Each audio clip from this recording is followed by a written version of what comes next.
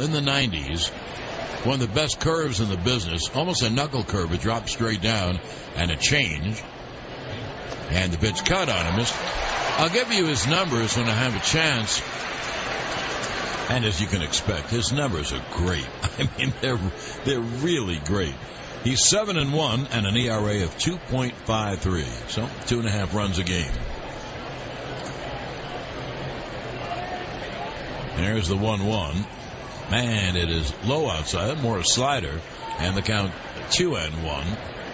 Left field is very short here, 3:15 down the line.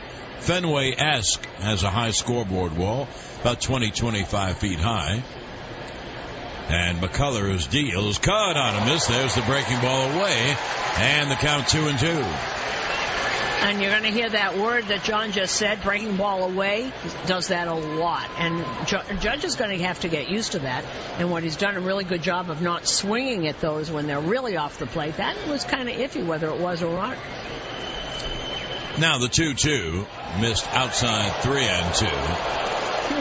We'll also try to take you around the ballpark. It's a very exciting ballpark because it has nooks and crannies, which I like. Especially in left field, left center. Pitch is outside. Judge walks. He's amazing. He gets on base almost every time. And by the way, his on base percentage going to that bat, the best in the major leagues, .451.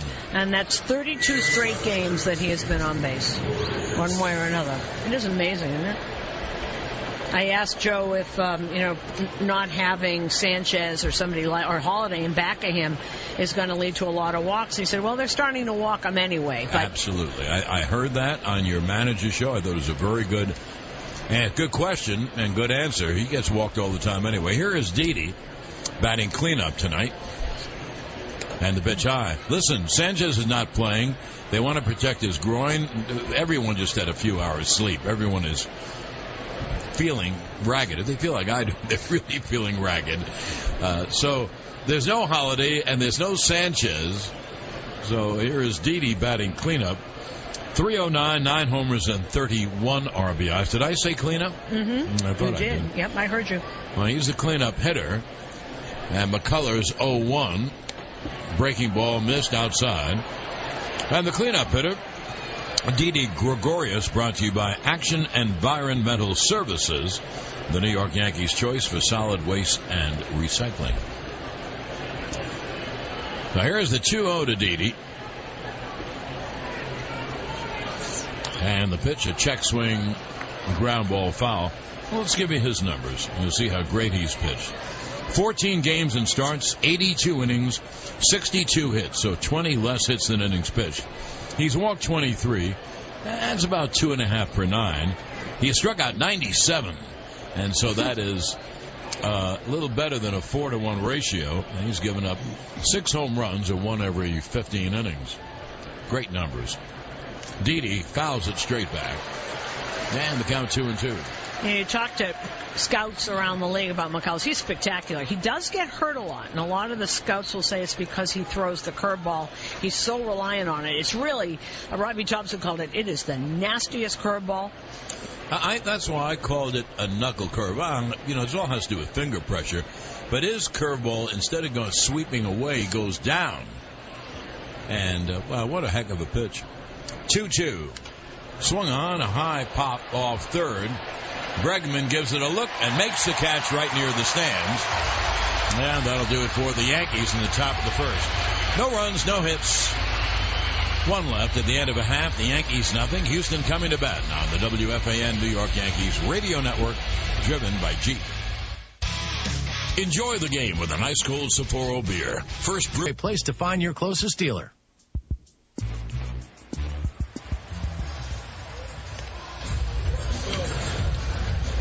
Michael Pineda on the hill.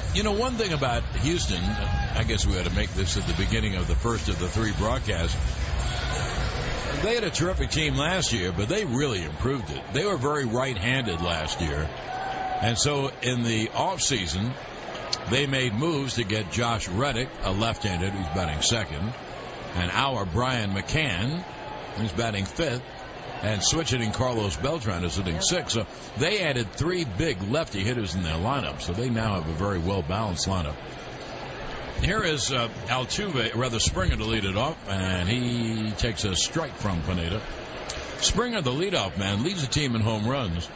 He's hitting .286, 24 homers, 52 RBIs. Right-hand hitter, obviously with great power, and the breaking ball is low, 1-1. And the other thing, Reddick, Beltran, and McCann are veterans. McCann has really solidified this pitching staff, being behind the plate. 1-1. Fastball's inside, 2-1. And you talk to any of these, they're still very young. Correa's young, and Bregman's very young, and Altuve and Springer, they're all young guys. And Carlos Beltran is a great presence in that clubhouse. 2-1 is low, 3-1. You know what was interesting about that, when I asked the general manager, Jeff Lunau, when they were in town, I asked him about the veteran presence. He said, yeah, you can get a lot of people veteran presence. We also wanted guys that could actually play. I love that. That's Isn't so that true. Great? All right, here's the 3-1 to Springer. Grounded fair inside the bag at third, down the left field line. Gardner has to race to the corner to pick up. Springer goes to second and holds on. He had a ground ball right over the bag, fair by an inch or two, and into the left field corner. A great beginning for Houston. The double by Springer. Springer, with that hit, is now 5 for 15 with 2 homers against Pineda. The guy who has the great numbers is Correa, who's batting cleanup. There is Josh Reddick. Reddick having a big year. Hitting at .309, 8 homers, 32 RBIs. Tall, rangy left-hand hitter. Very good right fielder. Very good right fielder's arm. But he is hitting for a much higher average than he has in the past. I'd say he's helped, and I'll tell you why in a moment. Springer leads off second, and Pineda deals. And there's a strike. And he's hitting in back of Springer and in front of Altuve. So that really helps Reddick. They're not going to keep walking him with guys like Altuve and Correa up after him. You know, I don't know what went on with him in L.A., but this is such a different lineup than he had in Oakland. It's no wonder he's hitting more. Now here's the 0-1 with Springer leading off second. And the pitch is hit on the ground a second. He did the job. He got his man over. Torreyes throws out Reddick, and on to third goes Springer, and that's the way you do it. Move him over. Now let's see if they get him in. And here's Altuve, who's one of the best hitters in baseball, and puts the bat on the ball. Altuve at .327, 11 homers, 38 RBIs.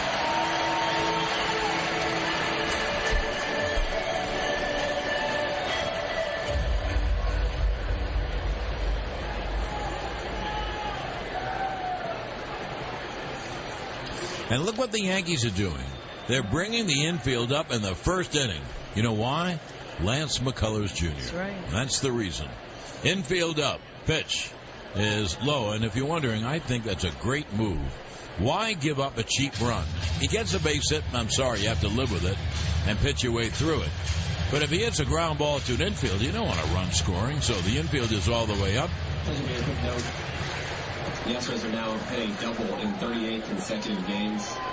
That ties the franchise record. Here's the 1-0 to Altuve, smallish right-hand hitter. And the pitch is swung on and foul first base side out of play in the count 1-1. Altuve is obviously short. He's not small. He got a lot of muscles. He has a lot of power. What they're announcing now, the Astros have now doubled in 38 straight games, and that they're tied the franchise record, which was in 1977. There is Pineda's 1-1. Breaking ball strike 1 and 2. Well, I was talking about that, John, with Steve Sparks, the radio announcer. You know what the record is in Major League Baseball, and you'll remember these. 75 by the Indians, that team with Manny and Albert. Early 90s team. Yeah. Pitch is grounded, foul. He just missed a double down the third base line. And that's because Headley is in. so he didn't have any lateral range. That ball went past him, but luckily for the Yanks, it went foul. Well, you know, Pineda's a big-time strikeout pitcher. I'll give you his numbers, and boy, he needs a strikeout here. With Springer at third and one man out, bottom of the first, no score. This is the end of the road trip for the Yanks, thank goodness. We play an hour earlier tomorrow, and then Sunday afternoon, and then fly home. Now here's the 1-2. And the pitch is swung on. A fly ball to right center. Ellsbury cuts over, makes the catch. Here comes Springer. He scores. It's a sac fly and an RBI for Altuve. And Houston promptly takes a 1-0 lead. Now, how about that for ABC ball? Springer, of course, with the double. He can't do anything about that. Reddick moves him over. Sacrifice fly by Altuve.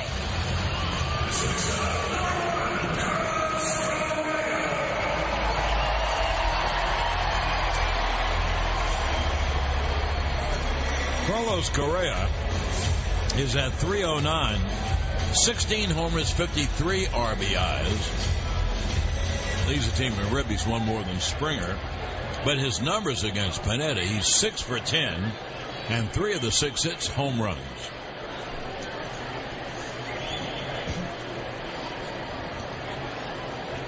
And Pineda deals. Breaking balls low.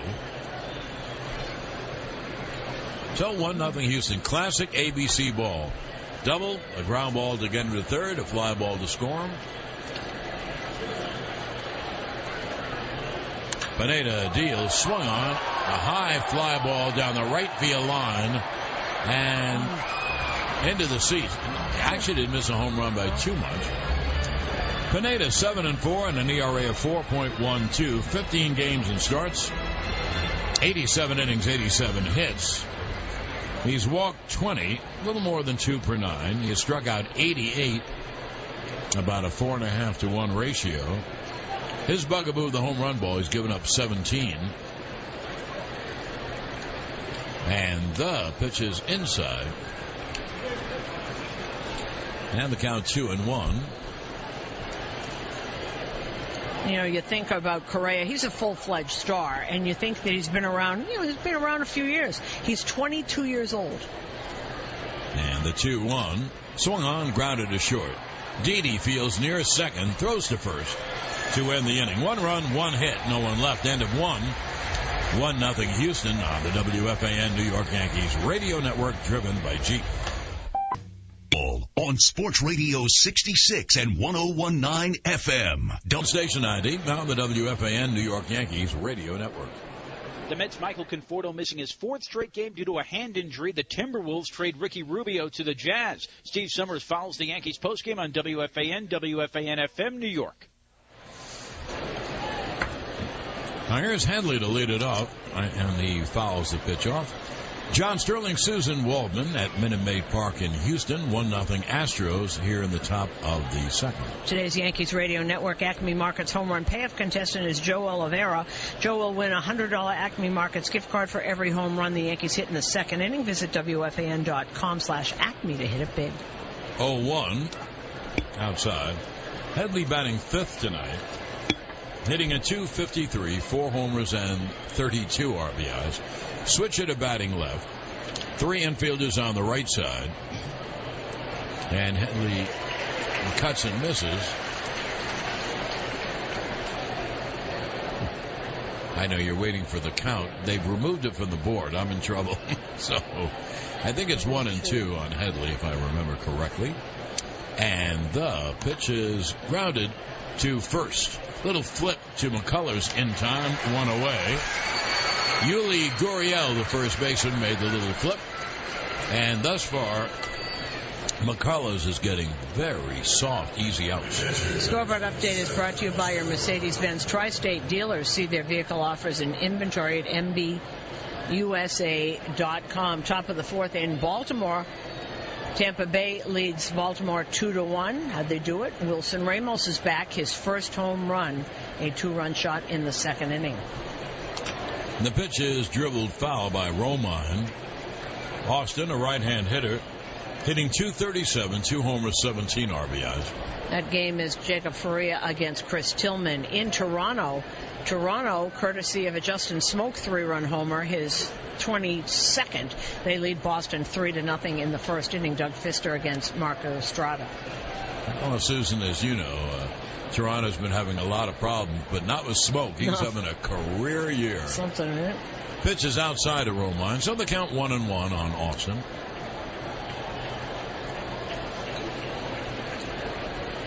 Cleveland at Detroit has been postponed by rain. Pitch, fastball, strike on the outside corner, and the count 1-2. Texas and the White Sox just underway. Austin Beebens Jerks against Mike Pelfrey. No score. Minnesota at Kansas City. They're just starting later. Atlanta at Oakland and Seattle at the Angels. Pitch is cut on, missed on the breaking ball. And there are 2 away. In the National League, Pittsburgh leading San Francisco 3-2. Denard Span did lead off the game with his 5th homer of the year. Johnny Cueto against Garrett Cole. Cincinnati leading the Cubs 3-0 in the 5th. A 3-run home run by Adam Duvall, his 19th. Mike Montgomery against Scott Feldner.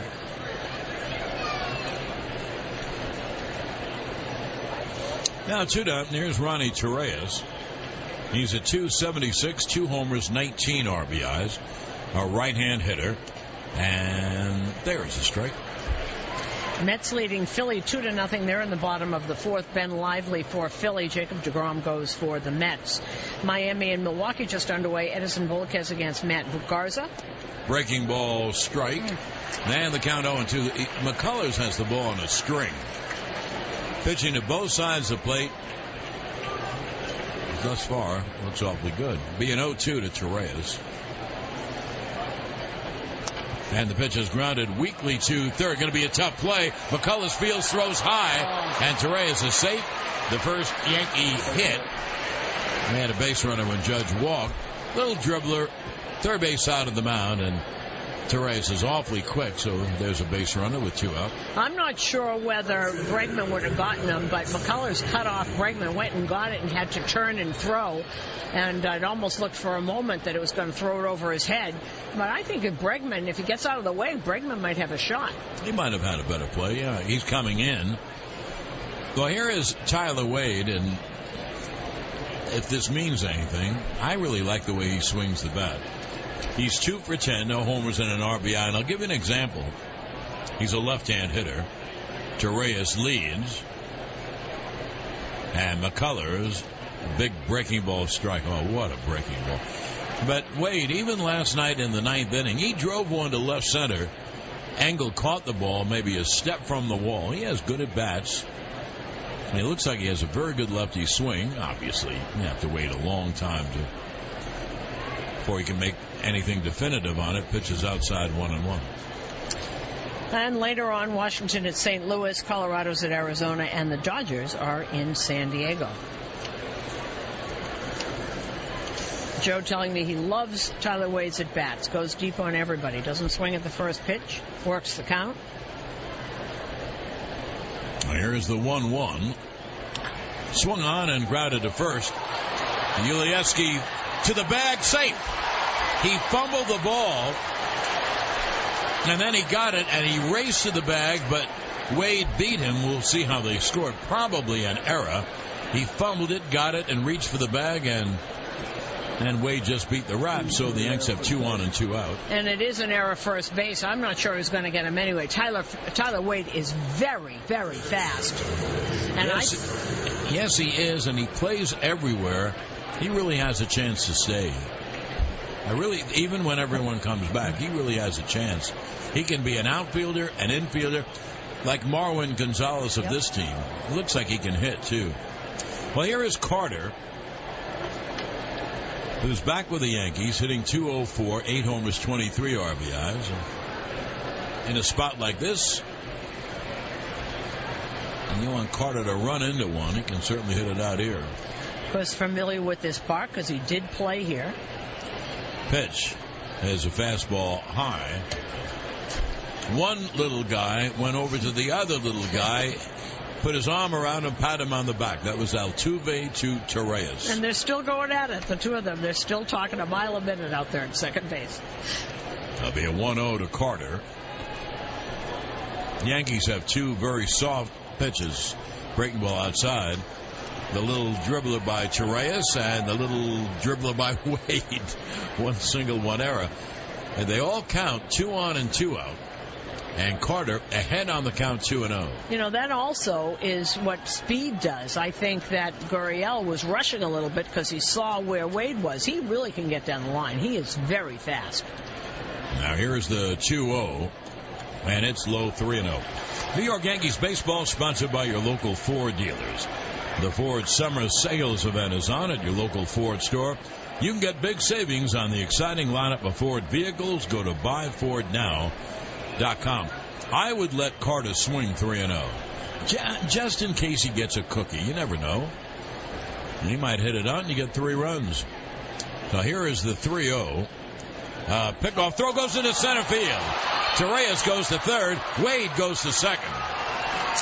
So there's another error. This one on McCullers, who didn't come close to second base. Is it amazing to you that pitchers do that all the time?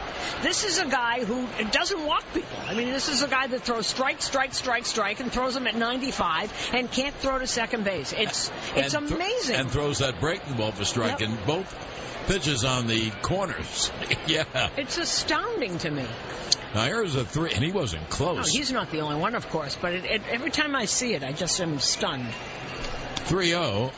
And there's a strike. He threw a fastball in the inside corner of the knees. He didn't throw a cookie. The Carter's on his own now, 3-1. Runners at second and third. A base hit would mean 2.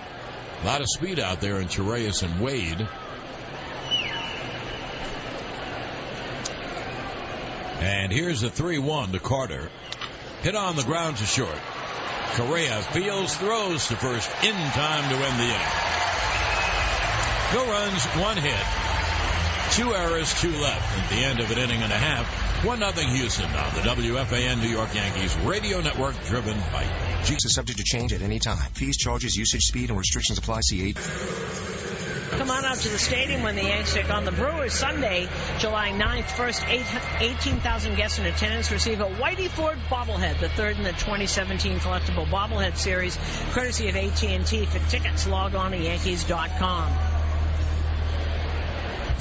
Now to the bottom of the second, and here is the ex-Yank, Brian McCann, the lefty hitting catcher. They have a great combination. They have the righty hitting catcher too, Evan Gattis.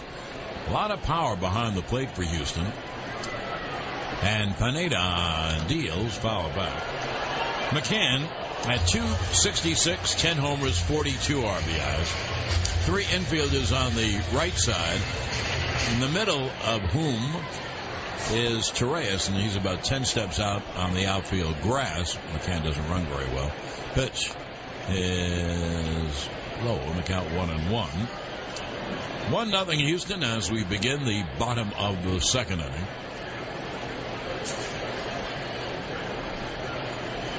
And Pineda deals, swung on, and hit on the ground to first. Carter fields to the bag. He goes 1 away. It's 3:15 down the left field line. Give you a little tour. And they have the high Fenway-esque scoreboard wall. Not as high as Fenway, but probably about 20 feet high, 25 feet high. Then it ends, and then you have 3 archways. Yankee bullpen is behind the archways that are screened in. If the ball hits the screen of the archways or the posts in between the archways, it's in play. If it goes over it where there's standing room, it's a home run. Pitch is a strike to Beltran.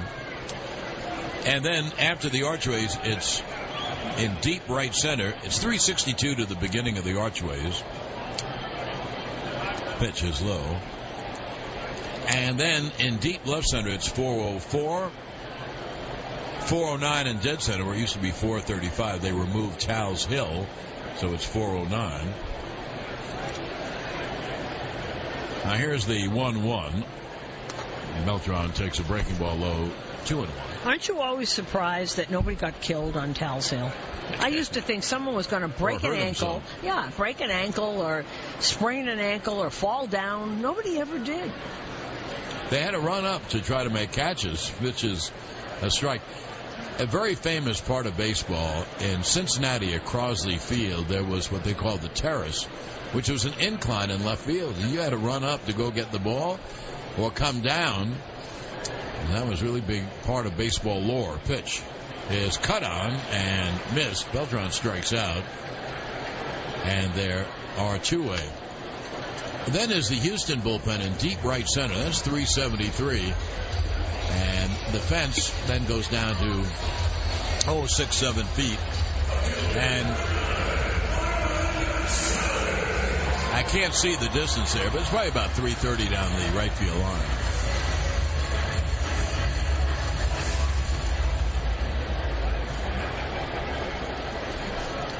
Two-way, here is an unsung hero, Marwin Gonzalez, who is a utility player, but he's so good. He's a utility player who plays a lot. They just select where he's going to play every day. Switch hitter batting left. And the pitch outside. He's playing left field, but he's their backup infielder. You can sort of see them doing that with Tyler Wade, can't you? Yes. I mean, absolutely. And he's young. He'll get more power. You can see it coming. I think looks like a really good young hitter, and he can play anywhere. That we do know. There's the 1-0. Gonzalez takes a strike on the outside. Gonzalez at 314, 13 homers, 42 RBIs. But as a left-hand hitter, which is why he's playing all the time, as a lefty hitter, he's hitting 329 with 10 homers and 140 at-bats. Well, that's one every 14 at-bats. That's fabulous. Pitch. Swung on and line to right field as a base hit. So Gonzalez bangs another base hit left-handed. That means he's well over 330 left-handed. Who wouldn't play him? So sometimes they play him in left field. Sometimes they play him at first base. And on their bench, they also carry 13 pitchers like everyone else. They have no infielder. And Gonzalez is their backup infielder, no matter where. Shortstop, second base. And he can do that. Here is the first baseman, right-hand hitting Yuli Gurriel, hitting a .282, 8 homers, 23 RBIs. I think they thought he was going to hit with a little more power. He's been having trouble defensively. Pitch. There's a breaking ball strike. And that's why Gonzalez also plays first base a lot. Gurriel is actually a third baseman, but they're not going to take the kid out of there, Alex Bregman, their first-round pick. He's their third baseman. And when we saw them early in the year, he was having all kinds of problems at first base. Here's the 0-1 from Pineda.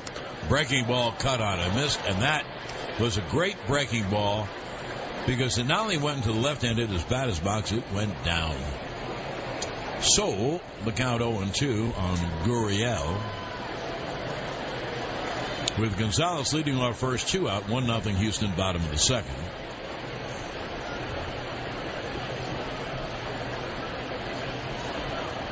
And Gonzalez bluffed going to second early, and then Pineda stepped off.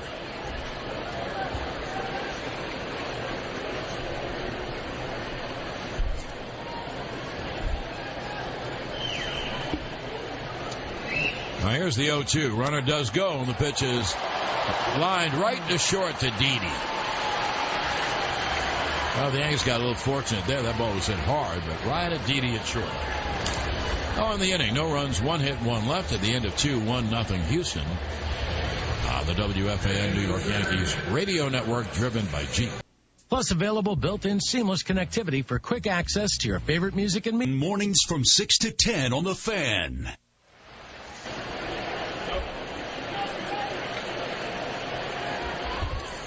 Now to the top of the third. Yankees have the top of their order. The Yankees have a walk to Judge. A little trickling infield single by Torres. And trail 1-0 here in the third. Here's Gardner, who grounded out his first time. And the breaking ball. Strike on the outside corner. Back door of the breaking ball.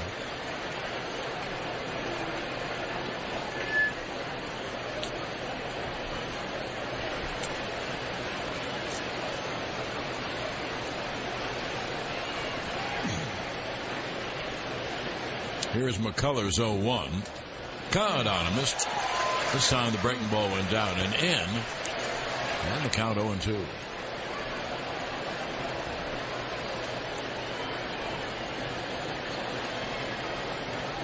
You can see how tough he is. If his breaking ball is somewhere in the strike zone, you have to go after it, and then that ball dives down. It's a heck of a pitch. Gardner swings and lines one toward right center. On the run, the dive, not a catch. Gardner heads toward second. The throw not in time. Reddick raced in, dove faceward, couldn't hang on. And so Gardner gets a leadoff double. Now remember, in the first inning, the Astros had a leadoff double, got a ground ball to move him to third, and a fly ball to score him. So let's see if the Yankees can do that. And Reddick a little shaken up on the play. He thought he had it, and it sort of scooted out of his glove. And actually what happened, John, why he took a minute getting up, he landed on the ball on his chest. You can see him go on it, and then the ball scoots out from underneath him. That's why he took a minute to get up. Now here's Ellsbury. Now Ellsbury grounded out to second his first time. If he does the same thing this time, it moves Gardner to third. Gardy leads off second. Correa plays right behind the lead, and the pitch to Ellsbury is a breaking ball strike. Mr. McCullers, has the curveball on a string. Boy. It's so good. It's so easy.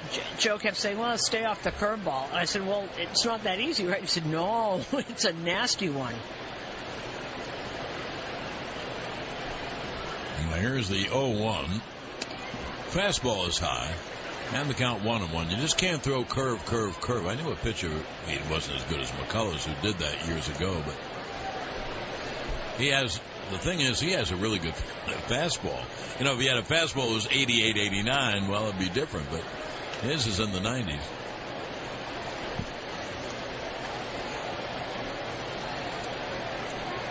And McCullers deals on the pitch outside. So Ellsbury jumps out ahead 2-1. Gardner at second with no one out, carrying the tying run in the game.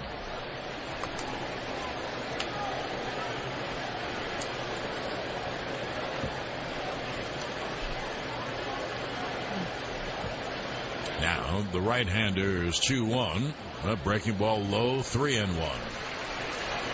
And Aaron Judge on deck. And this is why Joe reunited Gardner and Ellsbury. He wants people on base in front of Judge. And if Ellsbury can get ball 4, Judge will have 2 men on. Makes it harder to pitch around him, one would think. Men in front of him on the base. Oh, yeah, with 2 on and no one on. I doubt he would pitch around him.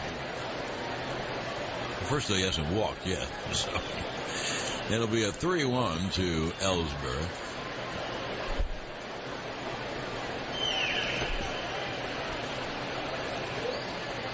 Now McCullers is set. And the pitch is a strike. He threw a breaking ball, 3-2.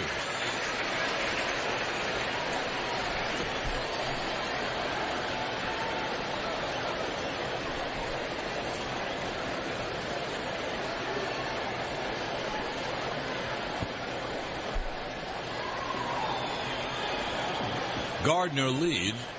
Correa plays right behind the lead. And the payoff is a half swing. Did he go? He did. Oh, there's one away. Another breaking pitch that is so hard to lay off of. If you missed it, we did have a little good news today, at least one thing. CC Sabathia, I said to him, so how are you today? And he said, I'm going to make my next start. And I said, really? He said, yeah, I'm having a bullpen on Saturday, and I should make my next start. I asked Joe. That would be Tuesday, by the way. And Joe Girardi said, well, let's see how he feels. But according to CeCe, he's going to be on the mound on Tuesday. I would bet on CeCe. Here is Judge. Now, first base is open, so let's see how he pitches, Aaron. Judge walked his first time.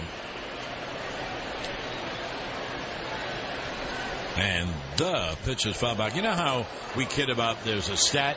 I don't care what you do, there's a stat. If you go from Pittsburgh to Cleveland, there's a stat. Judge is one of a handful of the greatest hitters in the game's history to lead the league in walks and home runs.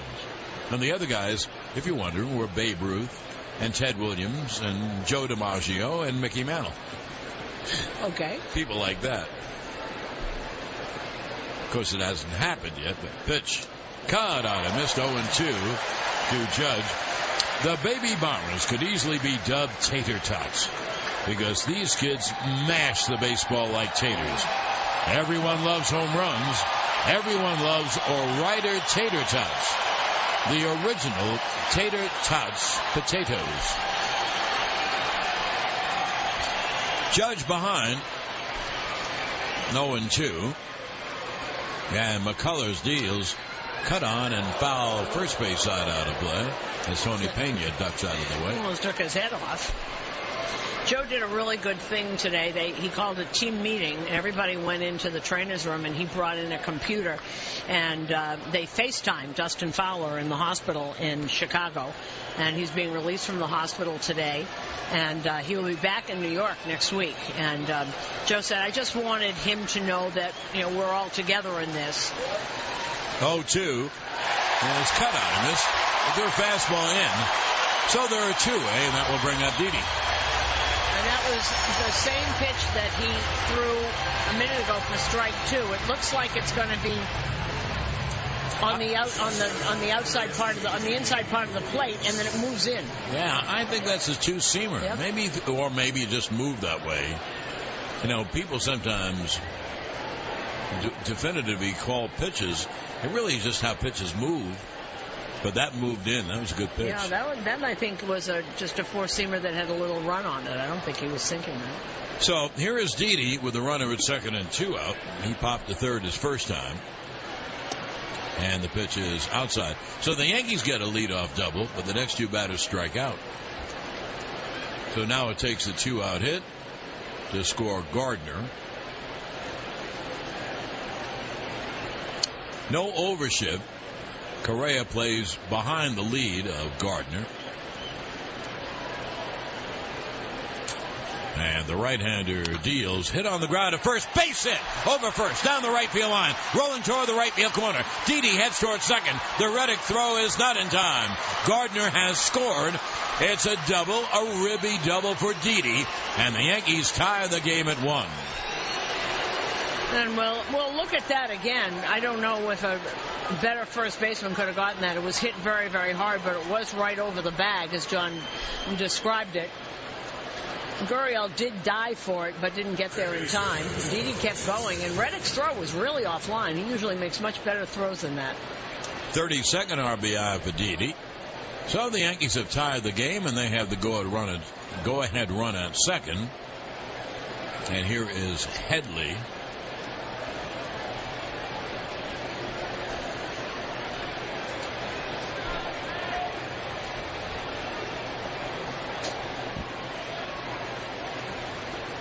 Now McCullers deals. Cut on a miss.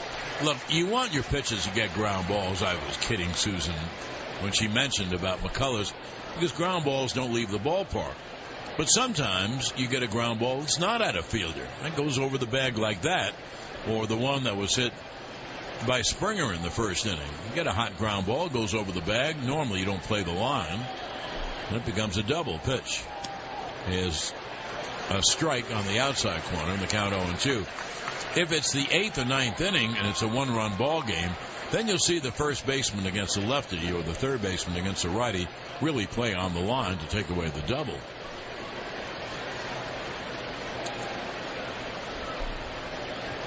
Be an 0-2 to Headley. And the pitch high and tight. It's like the other night when the Yankees lost that heartbreaker in Chicago. Abreu hit a ground ball for a 2-run single. Well, the ground ball went perfectly in the shortstop hole. If it goes to the shortstop or the third baseman, the game is over. The Yankees win.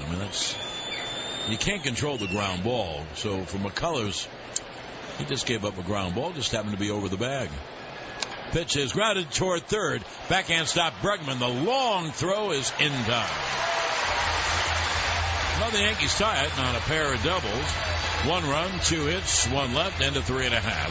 Now we're tied at 1 on the WFAN New York Yankees radio network, driven by Jeep. Available Intelligent Safety Shield technologies. Innovation that excites. Let's take 10-second station ID on the WFAN New York Yankees radio network.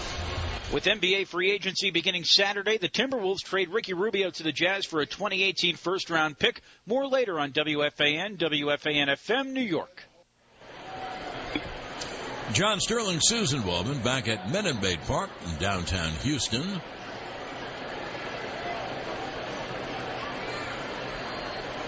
As we hit the bottom of the third, here's the young third baseman Alex Bregman. He's a right-hand hitter. And Pineda deals a fastball high. Bregman at 253, 8 homers, 26 RBIs.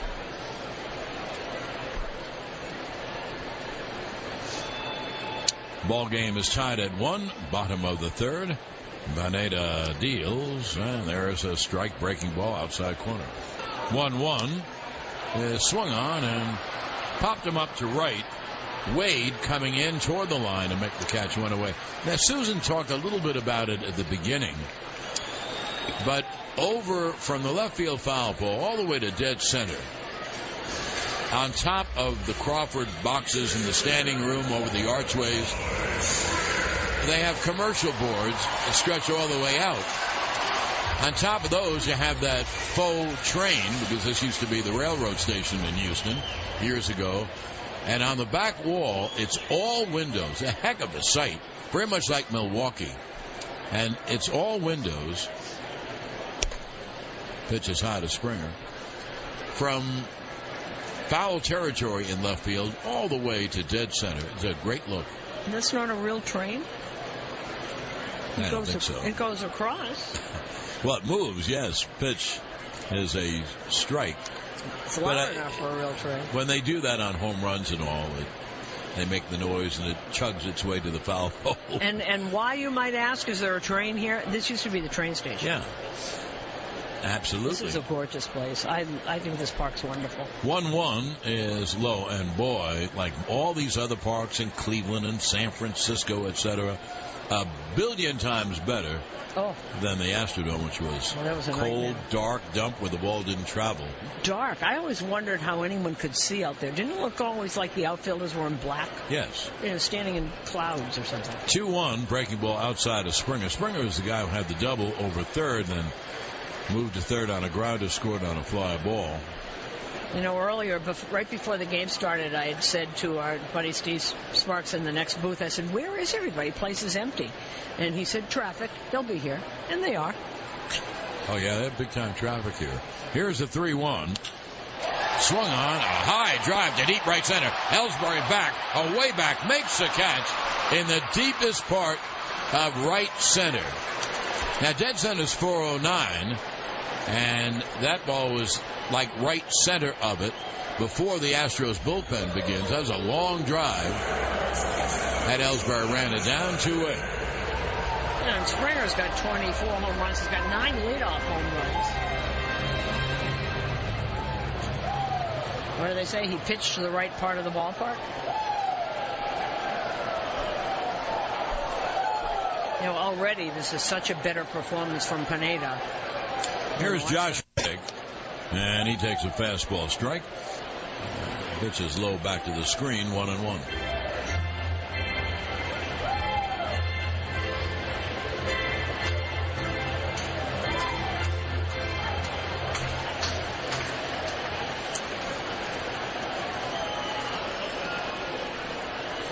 Here's Pineda's pitch.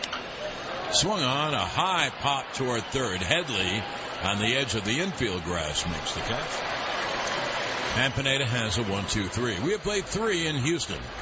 And the Yankees won, the Astros won on the WFAN New York Yankees radio network, driven by Jeep. This is Dylan Betances, and you're listening to the flagship station for Yankees baseball, The Fan. Sports Radio 66 and 1019 FM. WFAN and WFAN FM, New York. On to the fourth. Yankees and Astros are tied at 1.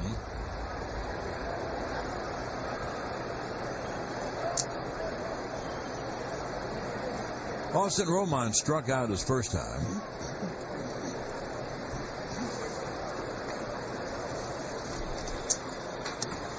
And takes a pitch outside. Susan, are they very worried or just concerned about Sanchez groin? Oh, no, they're just concerned. No, Joe said if we had gone in at regular time, he would have played today. Pitch foul. I mean, that wasn't a regular time. That was Yankee time plus 2. No, he said no. If it hadn't been, because he did catch, so if they had gotten in, I guess 2 or 3 in the morning and not 6 or 7, he would have played him today. So they're not worried. Now here's the 1-1, and Romine takes the pitch low 2-1. Scoreboard update is brought to you by New York Presbyterian. Amazing things are happening here. Tampa Bay leading Baltimore 2-1. Now they are in the top of the 6th inning. Jacob FRI against Chris Tillman. Toronto still leading Boston. Romine fouls at first base side out of play. But now it's a little closer. 3-2 Toronto over Boston. They're in the top of the 6th as Dustin Pedroia's 2-run double in the 5th. Has brought them closer. Doug Fister still in there. Remember, they picked him up on waivers, and he's making a start tonight. Marco Estrada went 4 1/3, 2 runs, 2 hits, 7 walks, 3 strikeouts. Pitch is swung on and drilled to deep right. Reddick going back, looking up, and it's off the right field wall, and Romine has to stop. How do you like that? He hit a fly ball that actually kissed the right field wall. Didn't miss a home run by more than a couple of feet, and the ball banged right back to Reddick, who has a great arm. So you know what Romine did? He did the right thing. He stopped. That's the world's longest single off the right field wall. And Reddick didn't even have to move. The ball went right back to him. He just stood there and waited for it to hit the top. It hit the... Oh, he didn't miss by much. Maybe a foot.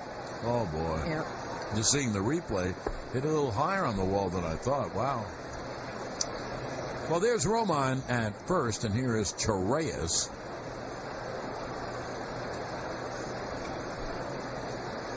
And the fastball's outside, 1-0. Jose Abreu and Todd Frazier both had their 14th homers, and Chicago now leading Texas 2-1. They are in the bottom of the 3rd. Joey Gallo had his 21st tonight.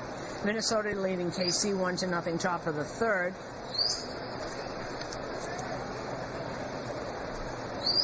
Now here's the 1-0.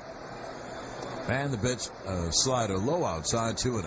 San Francisco's leading Pittsburgh 5-3. They're in the bottom of the 5th in Pittsburgh. Denard Span, his 5th, led off the game. Johnny Cueto against Garrett Cole. 4-0 Cincinnati leading the Cubs. They're in the bottom of the 6th. Adam Duvall had his 19th homer of the year. Mets leading Philadelphia 2-1. They're in the top of the 7th now at Citi Field. Top of the 3rd in Milwaukee. Miami and Milwaukee are scoreless. Edinson Volquez against Matt Garza. Yankees are going to see Milwaukee next week, interleague. Washington, St. Louis, no score, bottom of the 2nd. That'll be a 2-0 to Torreyes. Romine a very short lead. Pitch swung on and drilled to deep left down the line. It is a base hit going to the left field wall. Romine heads toward 3rd. Torreyes to 2nd. The throw comes in. And the Yankees have 2nd and 3rd and no one out. Now, I know it's a lot easier up here. You bet your life it is. But the Yanks have 2nd and 3rd, and they have to concentrate now on making contact. They got to score these runs. They can do it without getting a hit. And a hit's the easy way, of course. So it's a double for Torreyes down the line. 2nd and 3rd, no one out. The infield is back. Here is Wade. A ground ball in the middle would mean a run. And a ground ball to 2nd would mean a run and would move Torreyes to 3rd.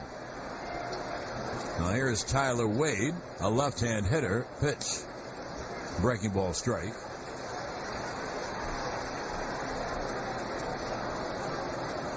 Wade reached down the error by Gurriel.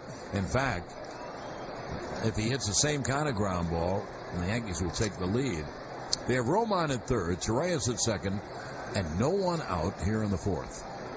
Boy, they must not think Wade can go the opposite way. Look at the hole between 3rd and where Correa is standing, right in back of to Reyes. Basically the whole left side. The pitch is cut on and missed 0-2. Curveball. I know they have curveballs in AAA too, but I bet you Tyler Wade's never seen one like this. That started at the knees and went down. Now Wade behind 0-2. Runners lead second and third with no one out. And the pitch he held up on another breaking ball down. I would guess, Susan, if you could, if you see the pitch a little below your knees, don't swing. It's going to go down. It's not going to go up. And his breaking ball really goes down. You know, I think that he doesn't. I think it must look when it leaves his hand like a fastball. I don't think it looks like a breaking ball, so you don't really know. Now here's the 1-2. Up high. There's the fastball just to show him. And the count 2-2. Bregman, the third baseman, doesn't play very wide for a left-hand hitter. He's just a few steps off third. And as Susan told you, Correa is right behind the lead of Torreyes. So a lot of acreage on the left side. Pitch is cut on and missed. Dropped by McCann. He throws to first in time. Runner stayed put. So it's a strikeout 2-3.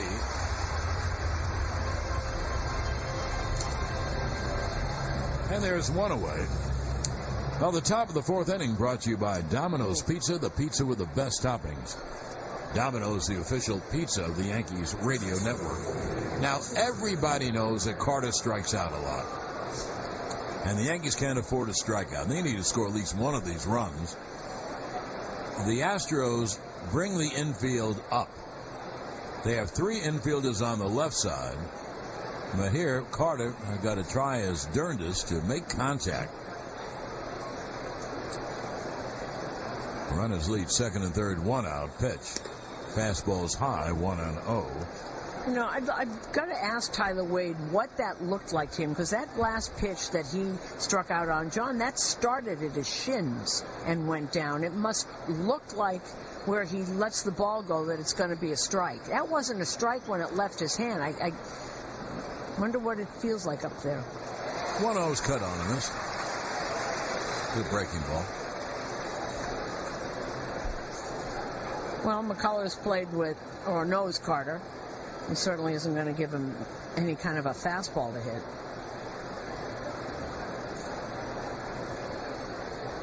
Carter with a count of 1-1.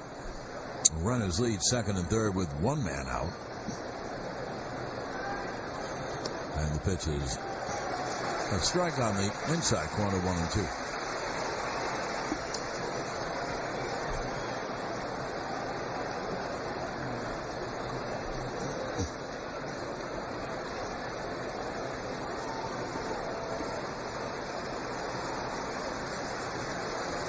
Now, the right-hander's pitch is a fastball high.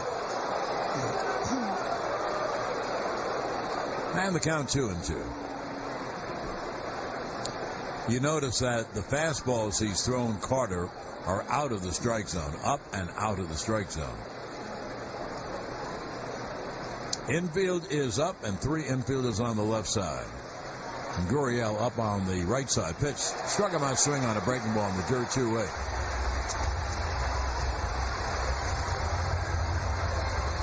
That's the fifth strikeout for McCullers. Hey, you got to give him credit. His second and third and no one out, and he struck out the next two batters, where a ground ball would have scored a run. Obviously, a fly ball would have scored a run. So, well, with 2-way, here's Gardner. And you know, John, it's the same pitch. I got to find out what they're singing. That pitch bounced on the plate. Yeah, that wasn't close. That wasn't close. It was. In other words, if you see it that low, you know it can't go up. I guess he has a great motion for it. Well, here's Gardner, who's grounded out and doubled to right. His double, a shallow fly ball to right. Reddick tried to make a diving catch. Couldn't quite control it. So the infield back to regular or normal depth. Romines at third, Torreyes at second. Boy, what a chance the Yankees had in this inning. So now it takes a hit by Gardner, or an error of some kind. Pitch is a breaking ball low, 1-0.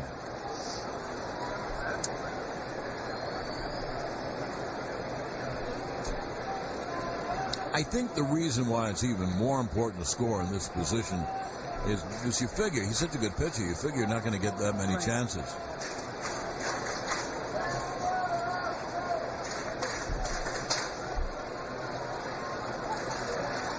Now here's the 1-0. Pitch low. You know a big play in this inning?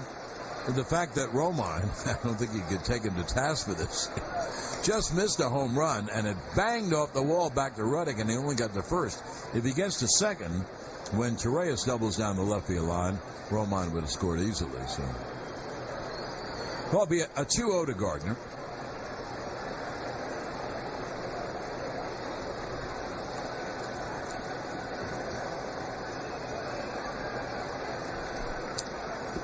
Now the right-hander deals a wild pitch. Scoring is Romine. The flip home, and he's out. The ball bounced right back to McCann. Hey, sometimes you need breaks. The Yankees aren't getting any breaks. And that's just luck. That was a wild pitch back to the screen, and it bounced right back to McCann, who made an easy flip to McCullers. So, hey, what are you going to do, right? No runs, 2 hits, 2 left. Or, excuse me, no runs, 2 hits, 1 left. At the end of 3.5 innings of play, we're tied at 1 on the WFAN New York Yankees radio network, driven by Jeep. With our lowest prices of the season on outdoor furniture, outdoor sofas. Fans come out to the stadium when the Yankees take on the Brewers Saturday, July 8th for a travel tumbler day. First 18,000 guests in attendance will receive a Yankees travel tumbler courtesy of Good Humor.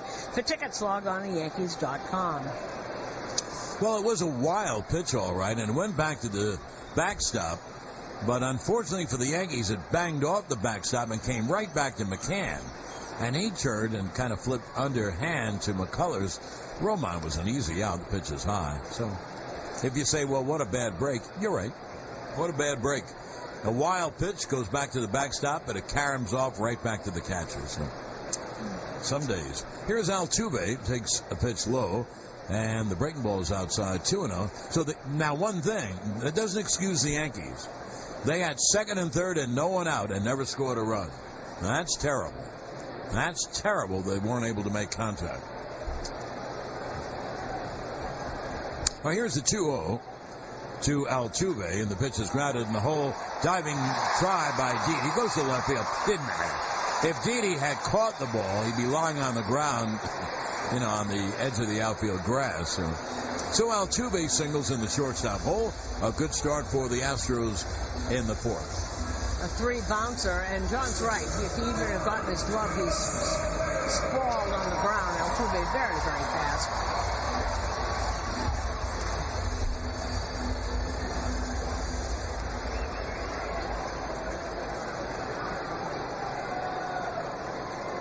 Altuve has become a perennial 300 hitter and probably 320 and up.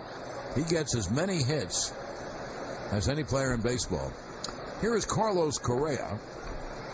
Grounded to short his first time. And Pineda steps off. Altuve has stolen 14 out of 17. So if you think he's going to run, he probably will.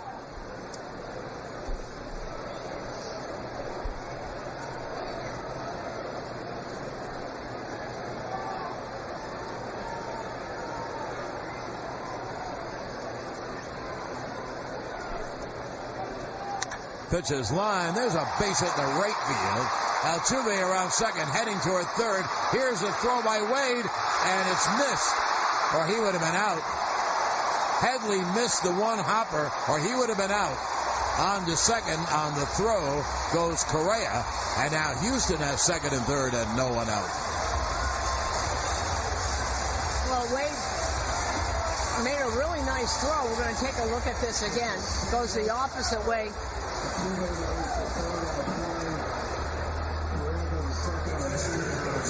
We're looking at that again, and we're looking at this bounce, and John, Headley just missed it. Yeah, he would have been out. That was a good throw by Wade. So second and third and no one out, and that's exactly what the Yankees had. But here, they have McCann and Beltran coming up, and a ground ball will give Houston the lead. Yankees play the infield back. 3 infielders on the right side.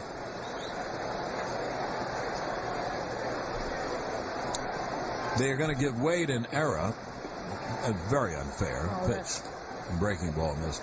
They're giving him an error, I guess, to allow Correa to go to second. That's very unfair. He made a perfect throw, a one-hop throw. Headley missed it. It went to the stands, and like that. That's terrible. It couldn't have been a more perfect throw. No, second and third and no one out. In a dramatic reversal of fortunes, Klaus von Bülow here in the fourth inning. There'll be a 1-0. McCann, a left-hand hitter, as you know.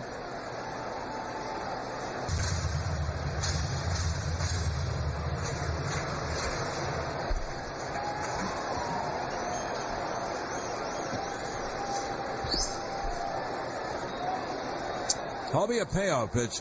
Pineda can still throw his best. First base is open. Second and third, no one out. And here is Pineda's payoff pitch to McCann. He struck him out swinging. Boy, did he need that. You know, the odd thing is, that was a high breaking ball. It really wasn't a good pitch, but the change of speed really fooled McCann. So there's one away. And where it was, up on the outside part of the plate, outside corner.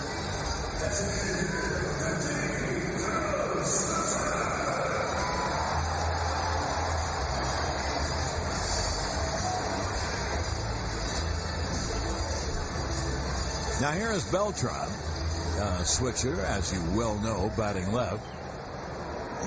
And Carlos struck out his first time.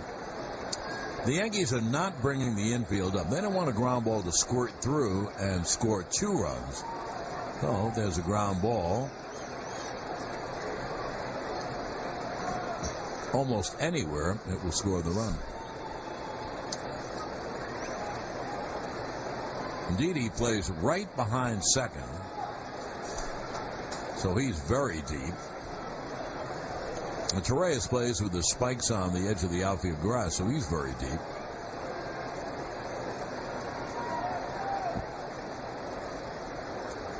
And Pineda deals. The backdoor breaking ball missed outside. 1-0. 10-second station ID on the WFAN New York Yankees radio network. On the eve of free agency, the Timberwolves traded Ricky Rubio to the Jazz for a 2018 first-round pick. Steve Summers after the postgame on WFAN, WFAN-FM, New York. John Sterling, Susan Wellman back at Minute Maid Park. We're tied at 1, bottom of the fourth. Astros threatening. Pitch to Beltran. There's a fastball strike. And the count 1-1. Altuve at third. And Correa at second. And now 1 out.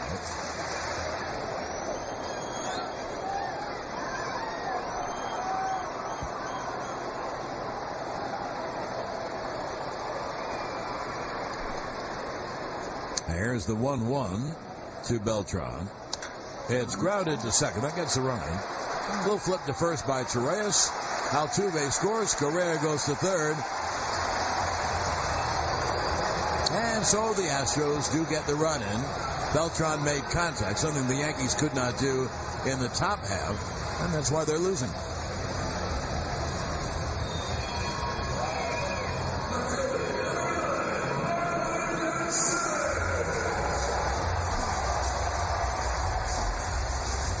For Beltran, his 33rd RBI.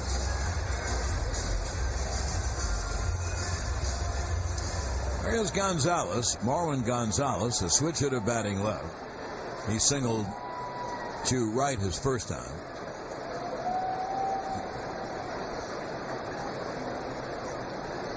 Little things, huh?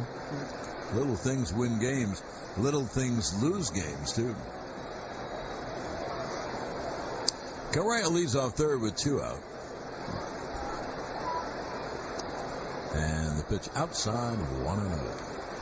And Joe Girardi talking about that. I think you can also, John, call not getting runners in with men on second and third. Joe talks about different kinds of mistakes. You know, you saw what Beltran did there, giving himself up, getting the ball to the right side of the infield so that the run could score. You know, these are professional guys. They can. And that's really how they scored their other run. Reddick got a ground ball to get the runner to third, and And the fly ball scored him. Here's the 1-0. That's grounded foul at home plate, 1-1.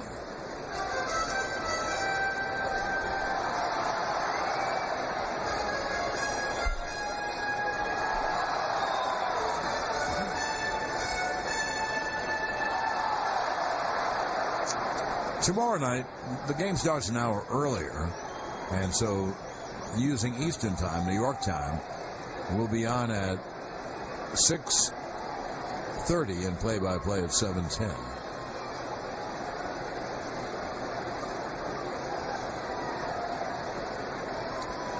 It'll be at 1-1 at Gonzalez. Pineda trying to get out of this with just one run. Correa, the base runner, leads off third.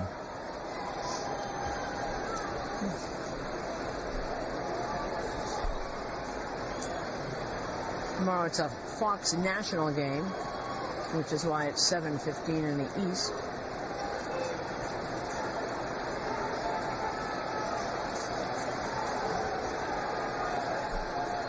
Now here's the 1-1. Breaking the ball is low, 2-1.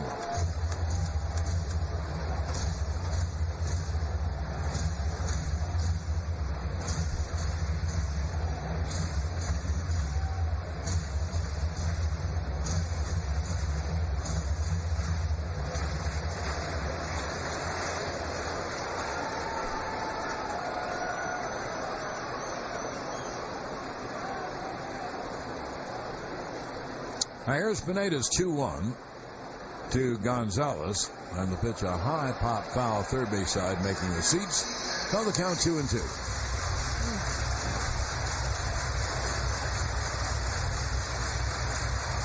Pineda really slowing down, lifting his arms over his head, stretching out.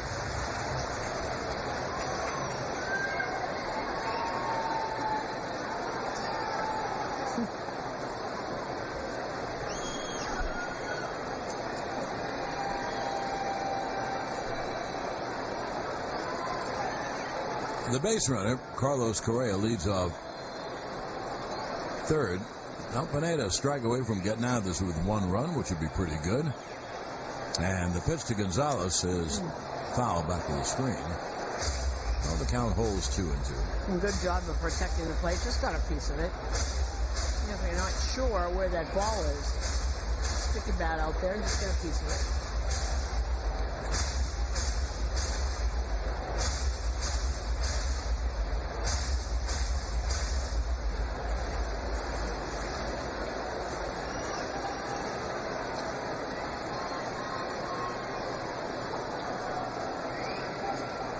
But once again, it'll be a 2-2. Pineda at the belt, and the pitch is breaking ball down low. And the count 3-2. There's a right-hand hitter on deck. That's Yuli Gurriel. Well, that ball bounced on top of the plate and bounced up and hit Romine right in the mask. He kept a good job of keeping the ball in front of him. He gets behind him. You got another run there.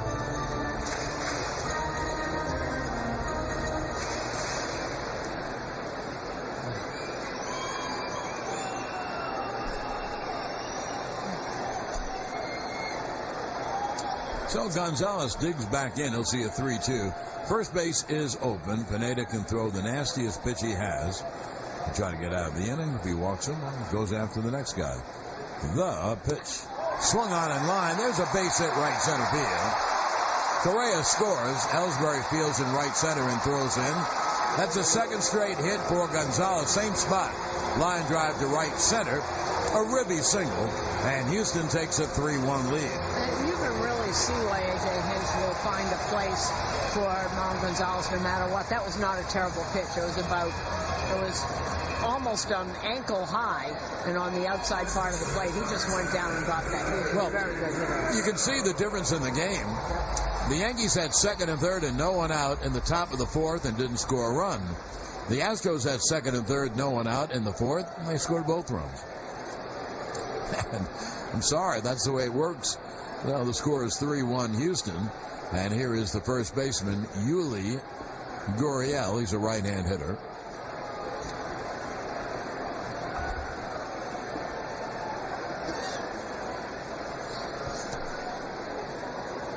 This team is showing you why they've got their best record in baseball. If there's a runner on third, they get him in. A pitch out, nothing going on. Gonzalez has stolen 3 out of 5.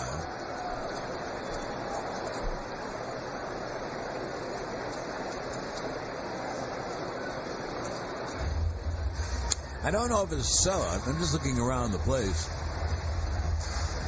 And boy, if it's not a sellout, it's the next best thing.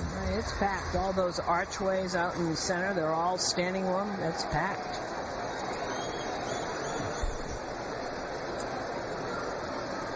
Pineda deals, swung on. A high pop to second. Torres on the outfield grass will make the catch. 2 runs, 3 hits, 1 error, and 1 left. And now the end of 4 innings of play, 3-1 Houston. On the WFAN New York Yankees radio network, driven by Jeep. See your Tri-State Audi dealer and test drive the all-new 2018 Audi Q5 SUV during Audi's Ready Test Drive event or whocanhelp.com to speak with a Burden professional who can help you achieve your own great moment in New York history. Drive to work with Boomer and Carton and drive home with Mike Francesa right here on The Fan.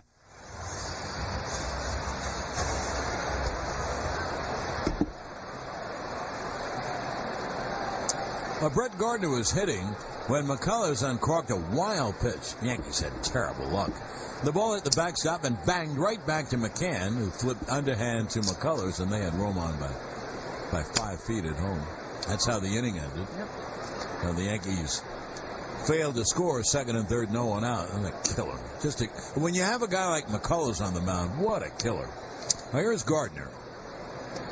And the breaking ball strike. I mean, you had McCullers, 2nd and 3rd, no one out. But strikeout and strikeout on that play at the plate. Yankees couldn't get a ground ball, actually.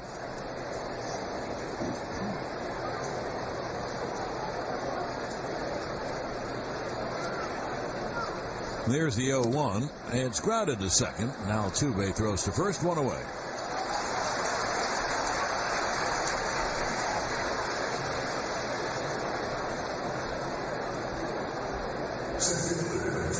The inning had begun, the last inning, I mean, with Romine hitting the top of the right field wall. Just unlucky it didn't go out. And it banged right back to Reddick, and Romine really had to hold it first. I mean, he would have been out by the whole base path. And then Torres doubled down the left field line, a fly ball double that one hopped the wall in the corner. And the Yankees had 2nd and 3rd, no one out, and didn't score. And that was, what a killer against a guy like McCullers. Pitch to Ellsbury, bluffs bunt, takes up high, 1-0.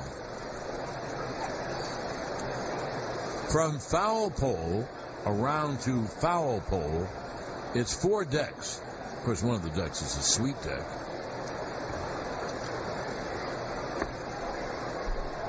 Pitch is grounded to second. Altuve throws out Ellsbury, and they're 2 away.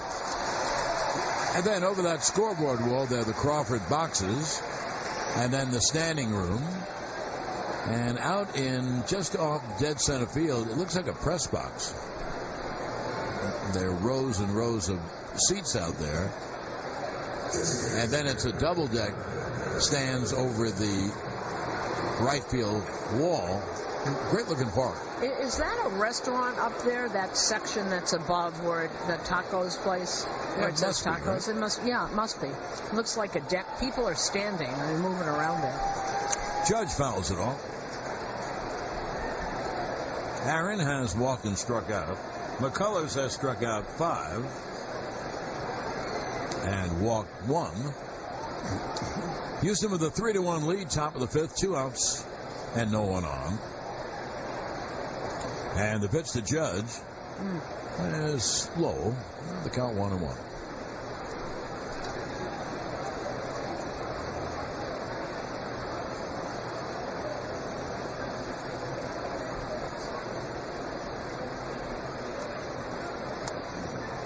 Pitch is low. In dead center field over the 409 mark is a green batter's protection, some kind of green foliage. And in the middle of the green foliage. Pitch to Judge, a breaking ball miss. 3-1 is the Texas Star. It's just a beautiful park. I love what you said about the nooks and crannies. It's nothing straight, everything arched and curved. Those arches over the bullpen, the Yankee bullpen, beautiful. 3-1, hit hard, smothered by Altuve. Throws to first in time. Nice play by Altuve on a hard hit ball up the middle.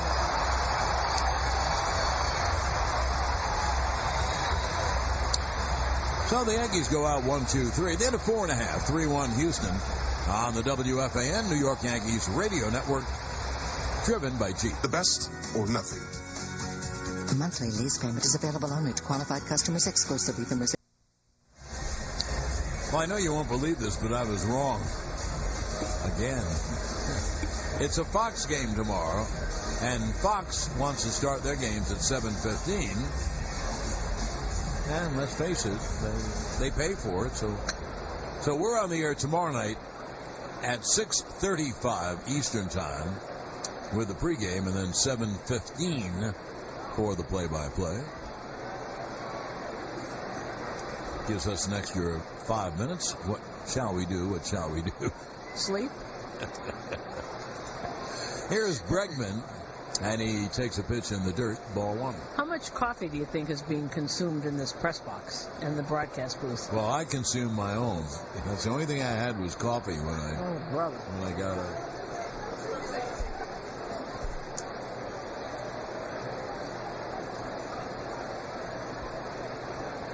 Bregman fly to right his first time and takes a pitch outside 2-0.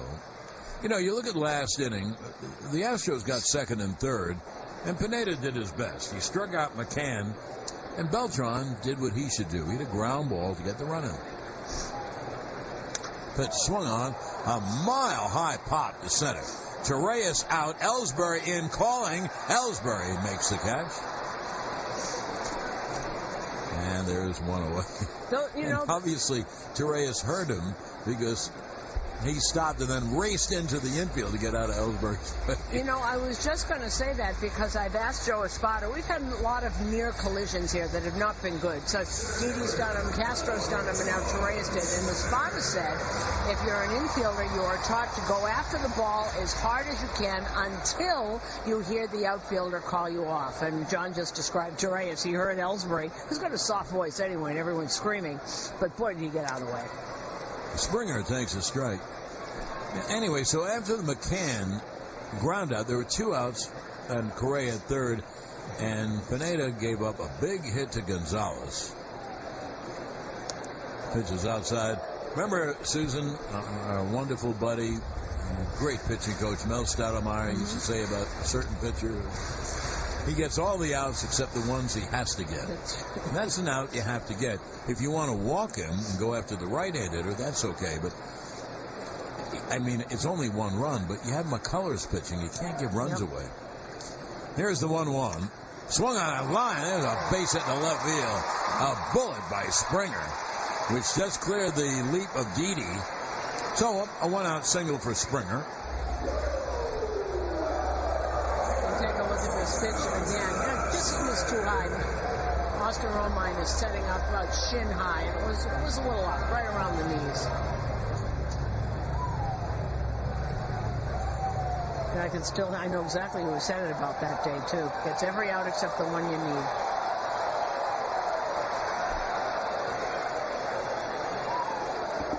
And here's Josh Reddick, the lefty hitting outfielder, who is 0-for-2, 1 on, 1 out, bottom of the 5th, 3-1 Houston. Pitch swung on, a high drive to deep center.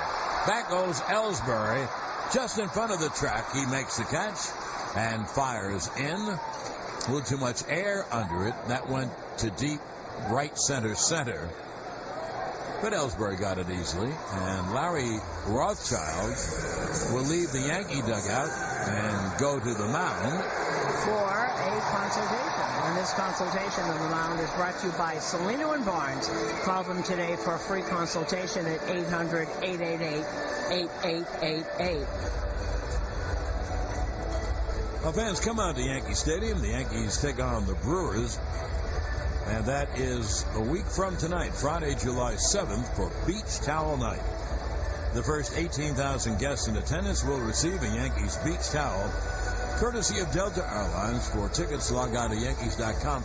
After this weekend, the Yankees go home for the final week of the nominal or titular first half of the season. And, then they have the break. And the Yankees hope to be a lot healthier at the middle part of next week or the end of next week. They hope to get Warren back, Sabathia back, Castro back, and I guess they're crossing their fingers on Mount Holiday.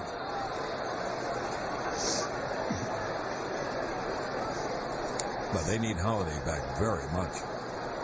Now here is Altuve, 2 outs, a runner at first. And the pitch foul back. Altuve hit a sac fly to knock in the first run and then signaled to left.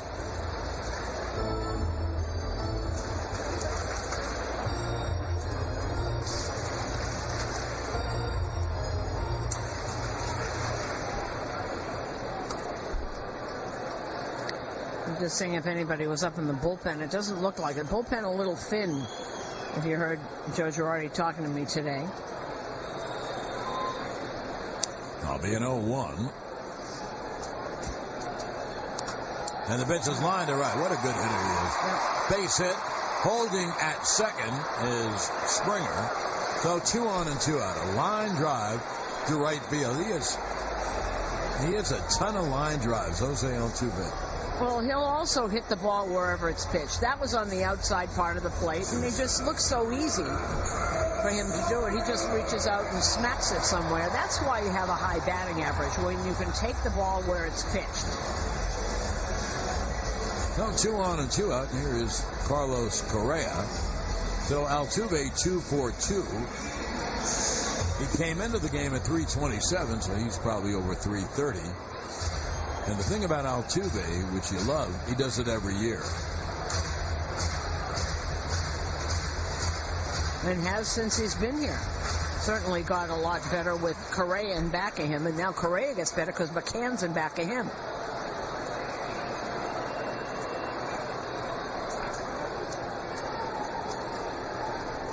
The irony about what Susan said about the Yankee bullpen being thin, it is thin in the middle. Yep. Pitch. Swung on, a high fly foul down the right field line. The Yankees would love to get a lead. That's their big problem because Betances had Chapman. They're all set. They haven't pitched in a while. And that's the problem also. That's why Betances and Chapman come in when they do come in and can be a little wild, because they have not had regular work. These guys need to work. And if you don't have the lead, as Mariano said, I can do nothing. True. No Warren. Clifford's grandma died. He's at her funeral, so he's not here. No Shreve, no Green, and no Webb. That's why they brought up Brian Mitchell, who his last start, he was supposed to start today in Pawtucket. And his last start, Larry said, was very good. Here's the 0-1 to Correa. He's a right-hand hitter. 2 on, 2 out, bottom of the 5th. Pineda deals, swung on, another fly, foul, right field side, and out of play. Susan mentioned, you can't see, you have to put up field glasses to see the Yankee bullpen. Not that it's further away than other bullpens, but it's behind the screens. And during the daytime, you can't see it at all, because there's no shade to see in through the screens and the archways. There's the 0-2. And the pitch fouled. Again, first base out of it.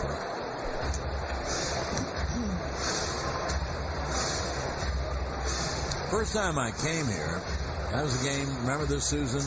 Derek Jeter had a home run the ninth to win, and the Yankees swept the series, sold out crowds, and that was also the Sunday where Chin Ming Wang got hurt. I do indeed. I could not find the Yankee It was, 8-0? I can still see him rounding third, going down. And here's the 0-2. And Pineda steps off. Springer is the runner at second. Altuve, the runner at first.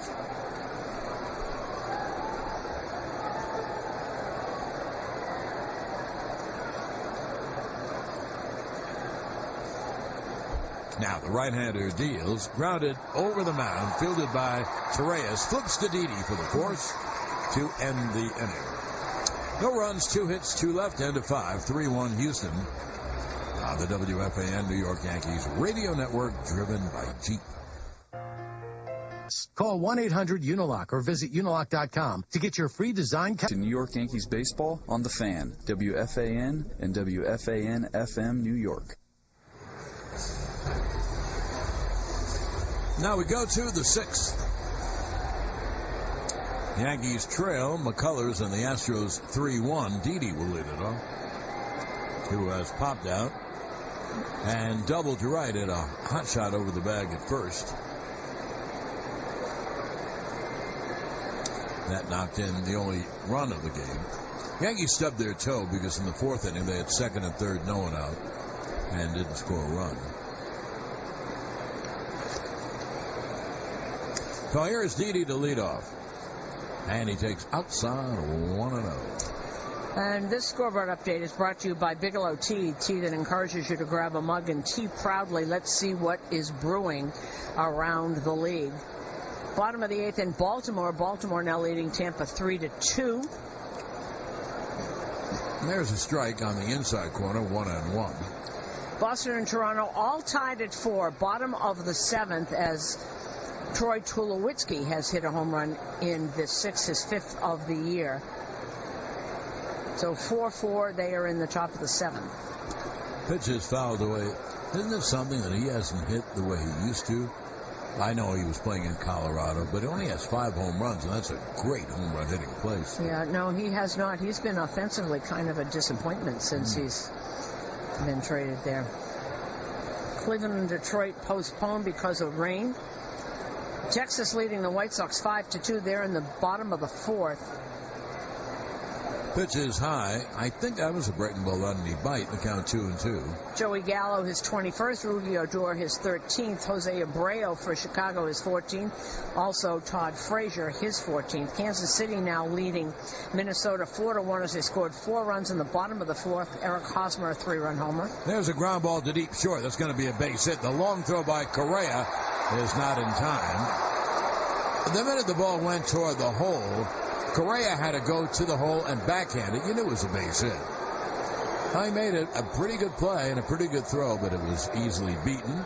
So there's a leadoff hit. And here is Chase Headley, who is, as he stands in the tying run. The 10-second station ID, now on the WFAN New York Yankees radio network. Paul George reportedly traded to the Thunder, while Blake Griffin reportedly signing a 5-year, $173 million extension with the Clippers. More later on WFAN, WFAN FM, New York. John Sterling, Susan Waldman here at Minute Maid Park in Houston. Didi first, Headley the batter, and the pitch is outside 1-0. Just about to start. Atlanta is in Oakland. Mike Fontenay against Sonny Gray, and Seattle's at the Angels. Ariel Miranda against Parker Bridwell. Parker Bridwell, since he's been in the rotation, 2-0, 2.95 ERA. That's our Parker Bridwell. Yes, because we saw him, yes. Who got hurt? Matt Shoemaker got hurt, and he finished the game, right? Yeah, the pitch is cut on him. He's pitched great. Yeah. Twice against the Yanks he pitched great. And I think he pitched very well against Boston, too. Well, he hasn't lost yet, so he must have. San Francisco, all over Pittsburgh. It's 10-3. They're in the top of the 7th as San Francisco scored 5 runs in the 5th inning off of Garrett Cole. Now here's the 1-1 to Headley. And the pitch low 2-1. Cincinnati, 5-0 victory over the Cubs. Adam Duvall his 19th. Mets, 2-1 victory over Philly. That was at Citi Field. Miami is leading Milwaukee 2-0, top of the 5th.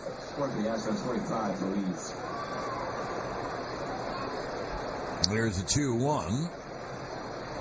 Breaking ball strike. Beautiful breaking ball.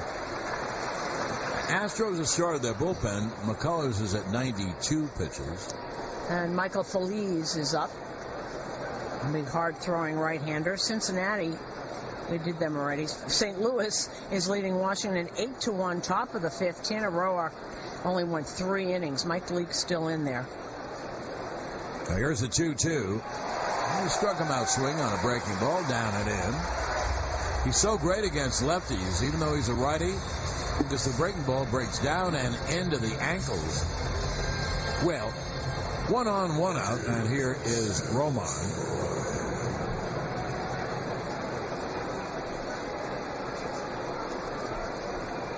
That's the 6th strikeout for McCullers. And that's Brent Strom, the pitching coach, walking out there, because Feliz just got up. So if you're guessing, McCullers obviously in no trouble at all. But you got to figure that Brent Strom is out there to give Feliz time to warm up. Looking at see where he is pitch-wise. Well, he's in his early 92, 93, something like that. In fact, it is 93. Just look.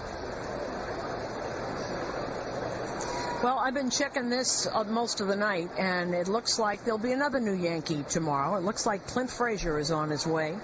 They are in Pawtucket tonight in Scranton, and I've been texting back and forth with Sweeney, and he's positive, so it looks like there'll be another new Yankee up here tomorrow, Clint Frazier, supposedly on his way to Houston. The pitch to Roman is outside, 1-0. So one thing, the Yankees are trailing 3-1. This is the 6th inning. So at least they'll go against Houston bullpen. Houston has a good bullpen now, but in fact their bullpen's been very good of late. Pitch is inside, but you have to admit you'd much rather go against the bullpen than McCullers. What do you think, John? About Frazier? Mm-hmm. I hope he never goes back. I hope he's comes up and hits home runs. Sensational. Here's a 2-0. Low. You know, when we're going to give the numbers on Frazier if he's here tomorrow, and they won't seem outstanding, but he got off to a bad start, and for X amount of time he's really hit. And that's what they look at. What have you done for me lately kind of thing. Right. Well, they were tinkering with his swing, evidently, and, wanted different kinds of results, and evidently got them. 3-0 is outside. McCullers walked Roman on 4 straight. So the tying runs are on. Here is A.J. Hinch, and that'll be all for McCullers. And this call of the bullpen is brought to you by Cash for Life from the New York Mets. McCullers. Really? I'll give you McCullers' numbers. Now, the Yankees have the tying runs on base. The go-ahead run at the plate, that's Ronnie Chirias. And the fastball is high from Feliz. The runner at second is Didi. The runner at first is Roman. There's 1 out. 3-1 Houston. They're in the top of the 6th inning. Chirias 2 for 2 on the night. And the pitch cut on him. Well, McCullers goes 5 1/3, 1 run to this point, responsible for the 2 runners on base. 6 hits, 6 strikeouts, 2 walks. And the Yankees drove up the pitch count and got him out after 5 1/3. Tying runs are on base.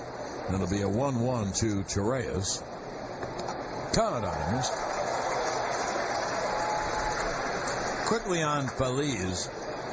4-1 on an ERA of 3.44. 32 games, 37 innings, 26 hits. He's walked 13. He has struck out 51. He has good numbers. And dealing 1-2 to Chirias. Swung on, pop foul back. When Pineda struck out Beltran in the 2nd inning, that was Michael's first strikeout of the game. And Winthrop University Hospital reminds you they strike out cancer with their CyberKnife technology.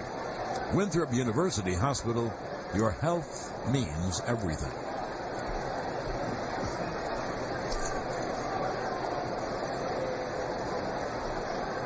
Here's the 1-2.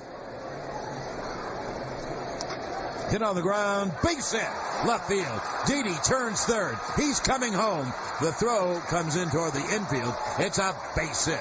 And an RBI for Ronnie Torreyes. 3 for 3 on the day. And the Yankees now trail 3-2.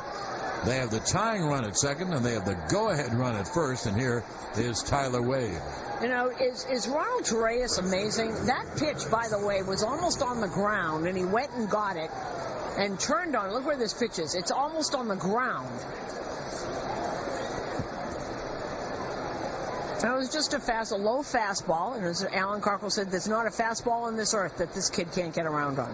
Now Romine at second, and Torreyes with his 20th RBI, and Wade fouls it back to the screen, 0-1.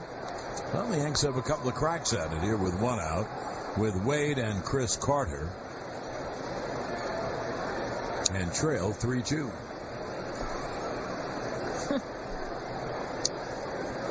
Correa plays behind the Romine lead.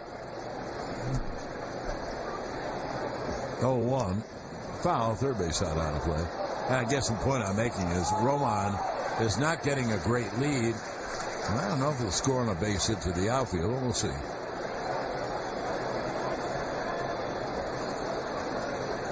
Well, big hole between the center fielder, who's pulled over a little toward left, and the right fielder, Reddick. If he does it in there, he can score. Well, I wish it to him. He's a line drive in the gap. Okay. Just looking to see where it would be where Robide could score.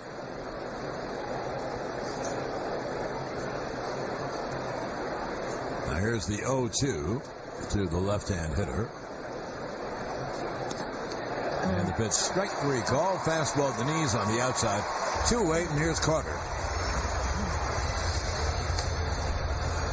Take a look at this pitch again. Oh, and he was looking for something else, because that was right, as John said, right on the inside corner, about knee high. Great pitch.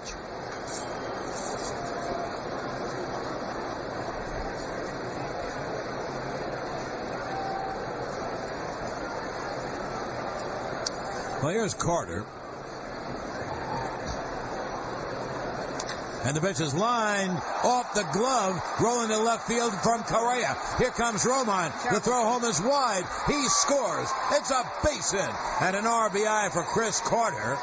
And the Yankees have tied the game at 3. It was a line drive, a little wide of Correa. He dove, got the glove on it, and then it rolled away into shallow left, and Romine never stopped running, and the Yankees have tied the game.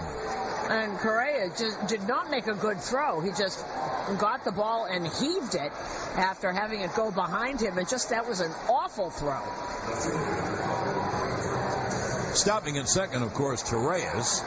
At first, Carter with his 24th RBI. And the Yankees have battled back to tie it. And they have the go-ahead run at second. That's Torreyes, who can really run. Carter at first. Here is Gardner. You know, that was almost an incredible play by Correa. He did have the ball in his glove in the air as he was diving for it. Pitch is low. And luckily for the Yankees, when it tore off the glove of Correa, it rolled enough to shallow left for Romine to score. And Susan's right. Correa, I thought he had a chance to get him. A chance. But he threw the ball way wide, first base side of home plate. So the Yankees have tied it at 3. It'll be a 1-0 to Gardner. And the pitch is inside, 2-0. Now, this is hope for the Yankees. If they could ever get the lead, they could get their 2 big relievers in the game. Not right away, of course. It's going to take a couple innings. I don't know. They might use the work. They need to use that. They could probably both use a couple innings. Here's the 2-0. Line hard is a base hit to right field. Rounding third is Torreyes. Here comes Reddick's throw. Home. It's going to be offline. Torreyes scores. It's a base hit. And an RBI for Gardner. The Yankees score 3 times in the 6th. They take a 4-3 lead. And going after Felice's fastball early in the count. And Brian McCann going out to talk to Feliz. They're going after that fastball. He throws very, very hard. Fastball got too much of the inside part of the plate. Remember, we've said all the time about Gardner. If you're trying to pitch him in, you better get it all the way in because he's going to hit it hard somewhere. So 4-3 Yankees. And here is Ellsbury with Carter at second and Gardner at first and 2 out, 3 in. And now the Yankees do have the lead. Let's see if they can hold it. The pitch to Ellsbury is low inside, 1-0. There now is somebody up in the Astro bullpen, way out in right center. They have the same design as they do in Chicago, where that yellow line is going across the head and shoulders of whomever is warming up. Pitch is low to Ellsbury, 2-0.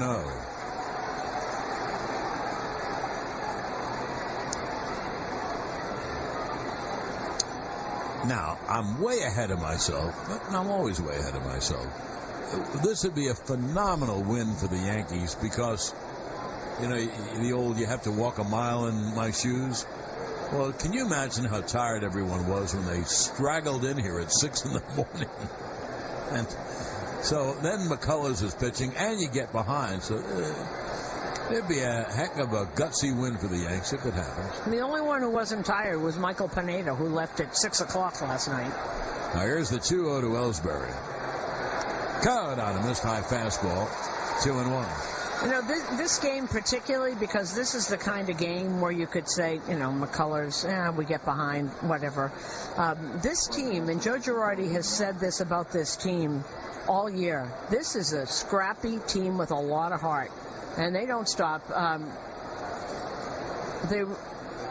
They really fight back all the time. You know, because this, John, would have been the perfect day to say it's not our day. 2-1 line. There's a base hit center field.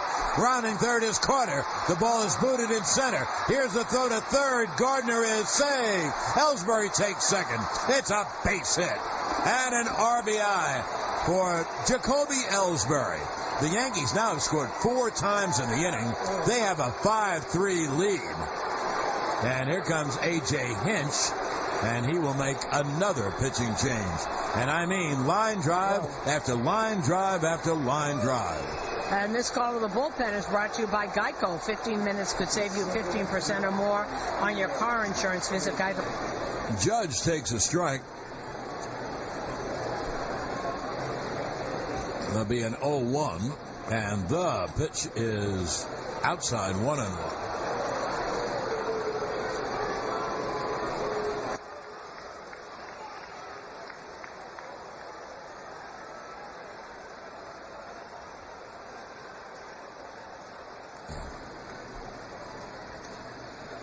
It'll be a 1-1 to Judge, and the pitch outside, 2-1.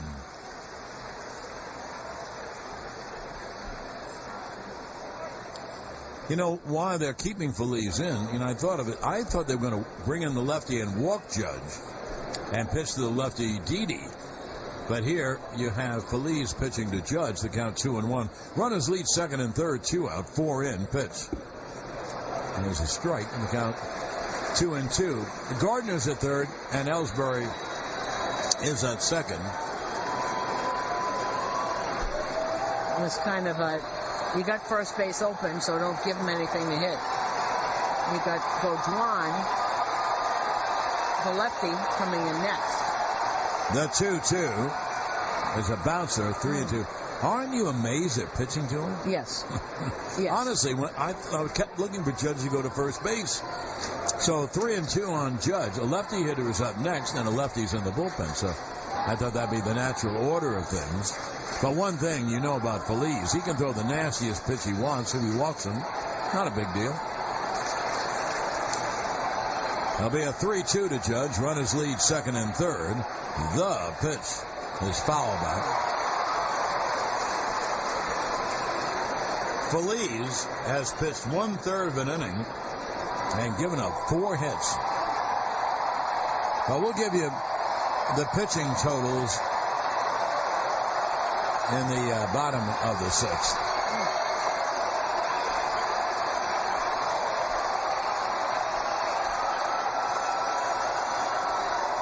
right, here's the 3-2. A bouncer and a wild pitch. This time the Yankees score on the wild pitch. Gardner scores. Ellsbury to third. Judge walks. It's a walk wild pitch. And the Yankees now take a 6-3 lead. Oh, that was just a bizarre. Now AJ is coming out and makes the call. That was just a bizarre sequence all along. Why would you pitch to him with first base open in the first place? This guy is throwing nasty splitters in the dirt. Don't think I get it. This call to the bullpen is brought to you by New Jersey Motor Vehicle Commission, who reminds you the new pitcher is the lefty Ramin Gudwan, who yesterday, he just came up on the 23rd of June. It's the second time he's been up in the majors. We're called from AAA. Their AAA team is now in Fresno. He struck out the side yesterday in the 8th inning against Oakland. 3 strikeouts. It's a career high. Third scoreless inning that he's pitched. Let's see what he did. He was among the top 10 American relievers in his up and down times with the Houston Astros. He's been here before. Well, the Yankees have batted around. Remember Didi began this with a base hit? So here he bats for the second time. He's got Ellsbury at third, Judge at first. That is called a walk wild pitch. So Gardner scores on the wild pitch. Ellsbury takes third on the wild pitch. Judge takes first on the walk. Lefty to lefty. Gudwan throws to first base, and Judge is back. Yeah, he just got here, this guy, Gudwan. A couple of days ago. Yeah. Here's the weird thing down in Fresno. 34 strikeouts in 33 innings, but it's an ERA of 5.5. So I guess when he doesn't strike people out, people hit him. Well, 5 runs are in. The Yankees have a 6-3 lead. First and third, 2 out. The pitch swung on, a high pop behind second. Correa will make the catch. In the inning, what an inning for the Yanks. They send up 10 men, and 5 men score on 1, 2, 3, 4, 5. 5 runs, 5 hits, 2 left. Now the end of 5.5 innings of play.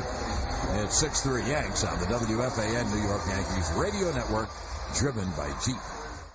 I wish on stars when you can drive them. The dealer or MBUSA.com for more details. So hurry, like. Here's Brian McCann. Let's see how that long inning affected Pineda. One way it affected him, he has a 6-3 lead. Here's McCann. There's a strike.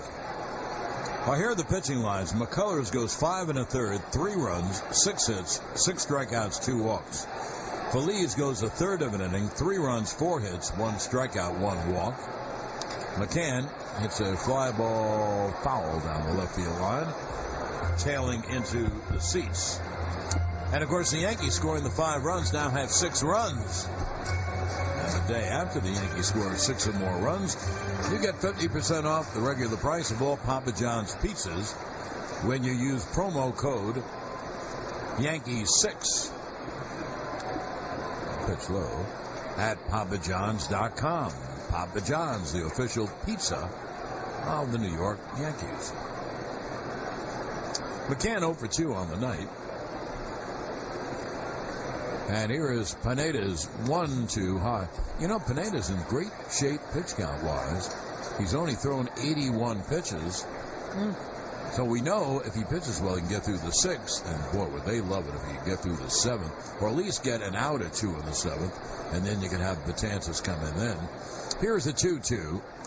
He struck him out swinging, breaking ball, 1 away. You know, this is the kind of inning that Pineda always wants to go out there and get the team back in the dugout as quickly as possible. This is his inning, and if he gets past here, John, this would be very good for him confidence-wise. He's always very distraught when the team goes out and scores for him and he doesn't put up a clean inning. I think this would be a big deal for him. Well, I certainly would agree. Here is Beltran. And the breaking ball low. And Susan, what an emotional victory this would be for the Yanks.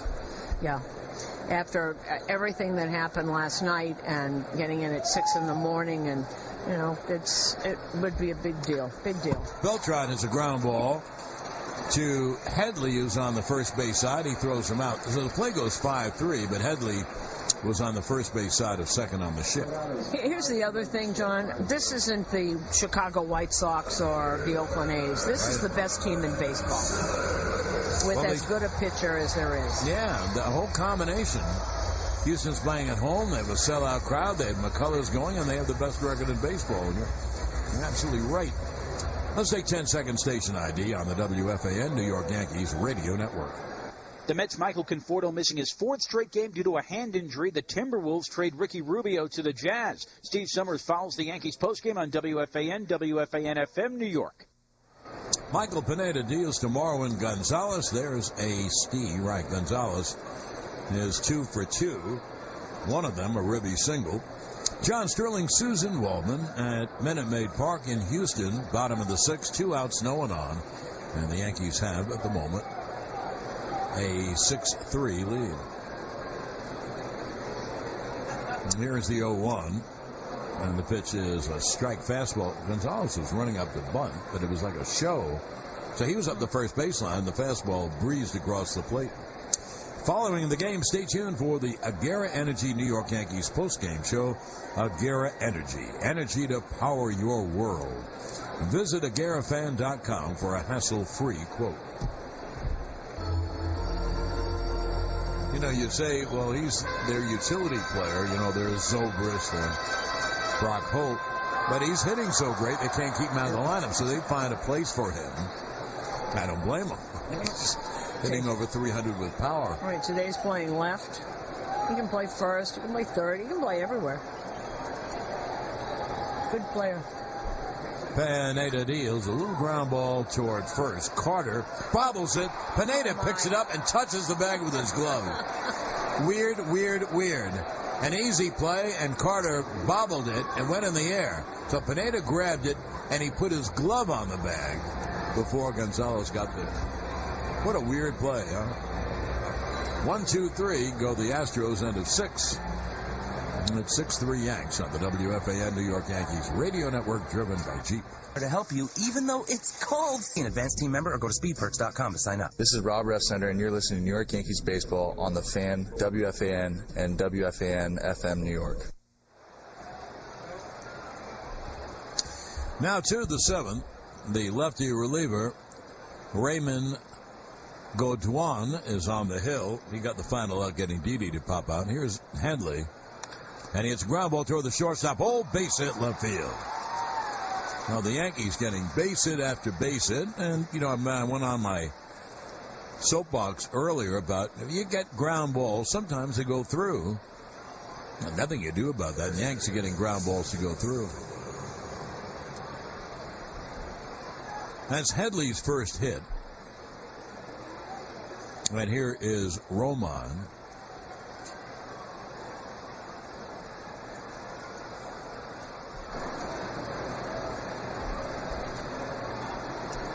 Roman has struck out, singled, and walked. But one thing about his single, missed a home run by a couple of feet off the right field wall. And the pitch to Austin, grounded right out the middle. There's a base hit center field. Rounding second, now holding on is Headley. I thought about it. So the Yankees are hitting one thing about ground balls. They're hitting hard ground balls. And they are fortunate they're in the open areas. So 2 on and no one out. Speed Report is brought to you by Old Dominion Freight Line, official freight partner of the Yankees radio network and official freight carrier of Major League Baseball. Learn more at odfl.com. No stolen bases tonight. And once again, John, Headley starting to hit from the right side. Yes. Very important. Very much so. Here is Torreyes. Now, they're in at the corners for Houston. The Yankees don't bunt a lot. And let's face it, Torreyes a heck of a hitter. How good? Well, he's 3 for 3 tonight. Single, double, single. Last single, a ribby. And the pitch, and he does square. Takes outside.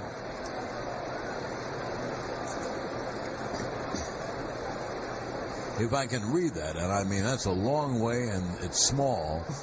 But I think he's up to 291. Yep. One thing, the third baseman, Bregman, is in. And there, the pitch is high, ball 4. And that's what? They're loaded up with no one out. Oh, McCann going out. James Hoyt, the right-hander, is warming up in the pen. And Brent Strom going up. Everybody's got, doesn't matter who you are, everybody's got bullpen problems. Everybody. Is there one really good bullpen in baseball where there's no dead spots? Well, you know, that's right, Susan. Sometimes there are great late bullpens, but the middle is weak. I think that's what you see all the time.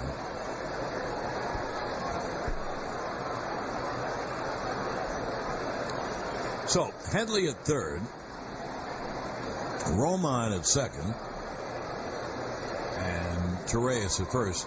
Pitching coach, the old lefty, Brent Strom, goes back to the Houston dugout. And here is Tyler Wade. The Yankees have a chance to break open the game. They're up 6-3, and they have the bases loaded and no one out.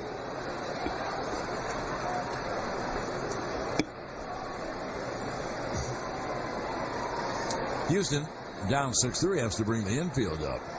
Lefty to Wade, and the pitch is low, 1-0.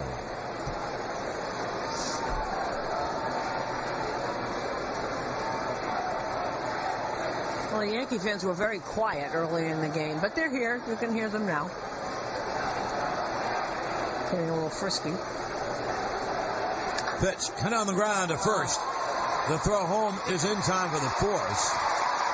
McCann tagged Headley anyway, didn't have to. And you know what? Wade hit the ball hard. And it's just that Gurriel was right on the bag, and he made the stop. That could have gone down the line. So that is a force out at home. It goes 3-2. And here is Hinch. And with Carter coming up, I gather he's going to bring in the right-hander. No, that's just bad luck by Wade. He hit that ball very well, but he's standing on the bench, on the base. Okay, and this call to the bullpen is brought to you by Cash for Life from the New York Loggles. James Hoyt, 1-0 ERA of almost 5.5 in 23 games. He threw yesterday, too, a scoreless inning against Oakland. He struck out 2. 47 strikeouts and 6 walks in 28 1/3 innings this season. Now, the tall right-hander, and he is probably about 6'5", will look at the bases loaded with 1 out. Romine is at third. Torres is at second. And Wade is at first. And so the Yankees have terrific speed at second and first. And what do you think he was? 6'9". He's 6'6", 237. He came with Evan Gaddis for Mike Fulton-Awich from Atlanta. That's who came with him, the tall righty. Now, bases loaded, 1 out. Yanks have a 6-3 lead, top of the 7th. Here is Carter, who's 1 for 3, had a base hit and an RBI last inning. 3 infielders on the left side, and the pitch cut on him. Missed breaking ball down and away. The in-game box score brought to you by RSM. Experience the power of being understood.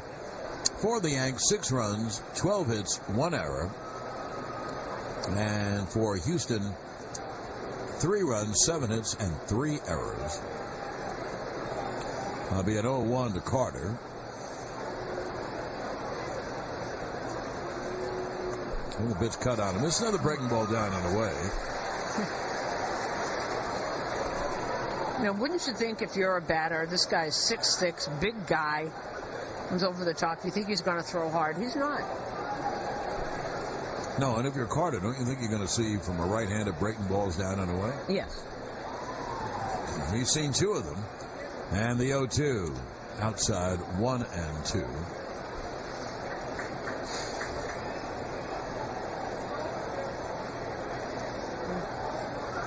Bases loaded, 1 man out. Brian Mitchell is throwing in the Yankees bullpen. Well, Joe had said you can use him in different ways. You've got a thin bullpen. Pitch, breaking ball outside 2 and 2. I did not look at Pineda's pitch count, but I would say it is probably between 90 and 95 pitches. Well, it'll be a 2-2 to Chris. And got the bases loaded and 1 out, top of the 7th. Jack reports it's 91 pitches. I trust Jack. Well, he's got his little abacus there. Pitch is swung on, a high pop foul behind the plate out of play.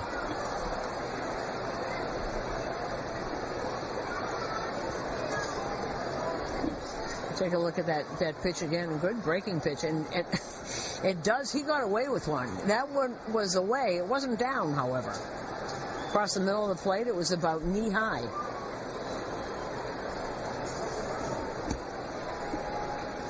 Here's the 2-2 to Carter. He struck him out swinging, and there are 2. Didn't throw a fastball in the whole sequence.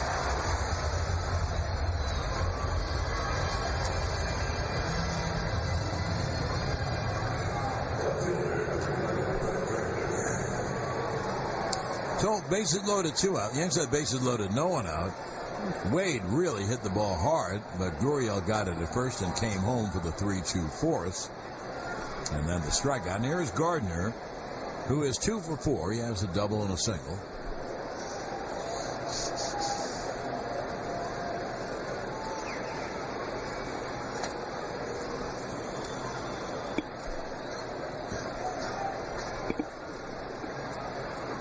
And the right-hander deals, breaking ball low, 1-0.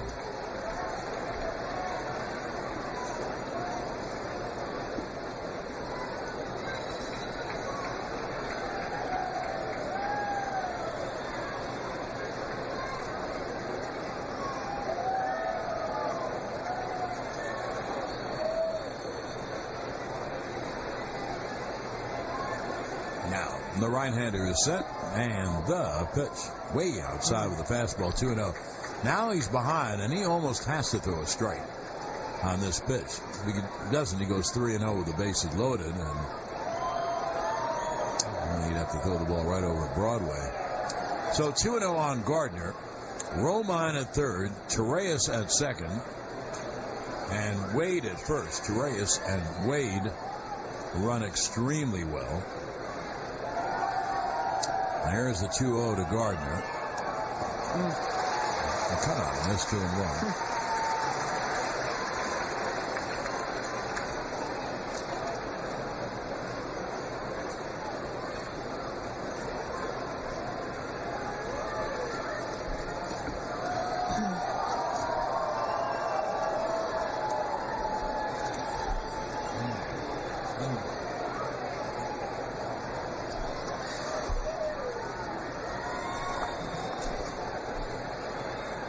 Now the 2-1 is low, 3-1. So if you're Gardner, you have to think, I'm going to get a really good pitch to hit. Maybe not. That's what you think anyway. Bases loaded, 2 men out, top of the 7th. It'll be a 3-1 to Gardner. And here, either Hoyt throws a strike or the Yankees get another run. This fastball's averaging about 92, we've seen, and has that really good breaking pitch. Now here comes the 3-1 from the tall righty. And the pitch is grounded foul outside of first, 3-2. Throw him the fastball. And Gardner just a little early on it. He had that one all the way, just a little too anxious.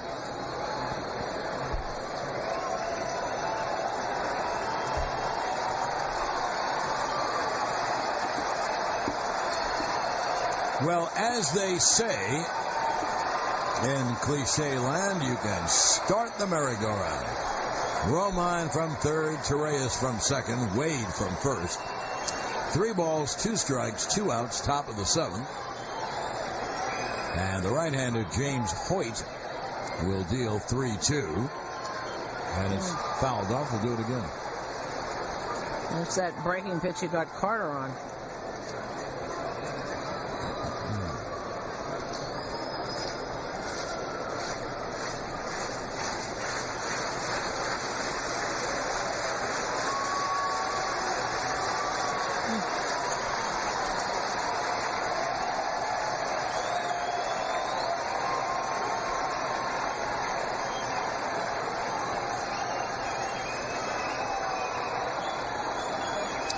Now Hoyt is set at the belt. Here's the payoff. Swung on and drilled to deep right. It is high. It is far. It is gone. It's a grand slam. And the Gardy party is on. Brett Gardner plants one in the right field seats. A grand salami. The Yankees break it open. They take a 10-3 lead. And if you think you can hear Yankee fans celebrating in the stands, you should see what's going on in that dugout. I mean, team is dead tired when we tell you this team got in and high-fiving and jumping and high-elbowing or whatever they call it. This is one very excited New York Yankees dugout here, and that's the Lapolis Electric. First blast of the game, Lapolis Electric. Westchester are the tri-state area's expert electricians since 1984. Wow, what a capper. Wow. The grand slam by Brett Gardner. Ellsbury takes a strike. How do you figure this? For Gardner, his 15th home run. He now has 5 RBIs on the night. He's got 39. I don't know. Hey. It's baseball. Susan. The pitch is foul. But it really is true. I mean, I say it and people kid me, and I like it.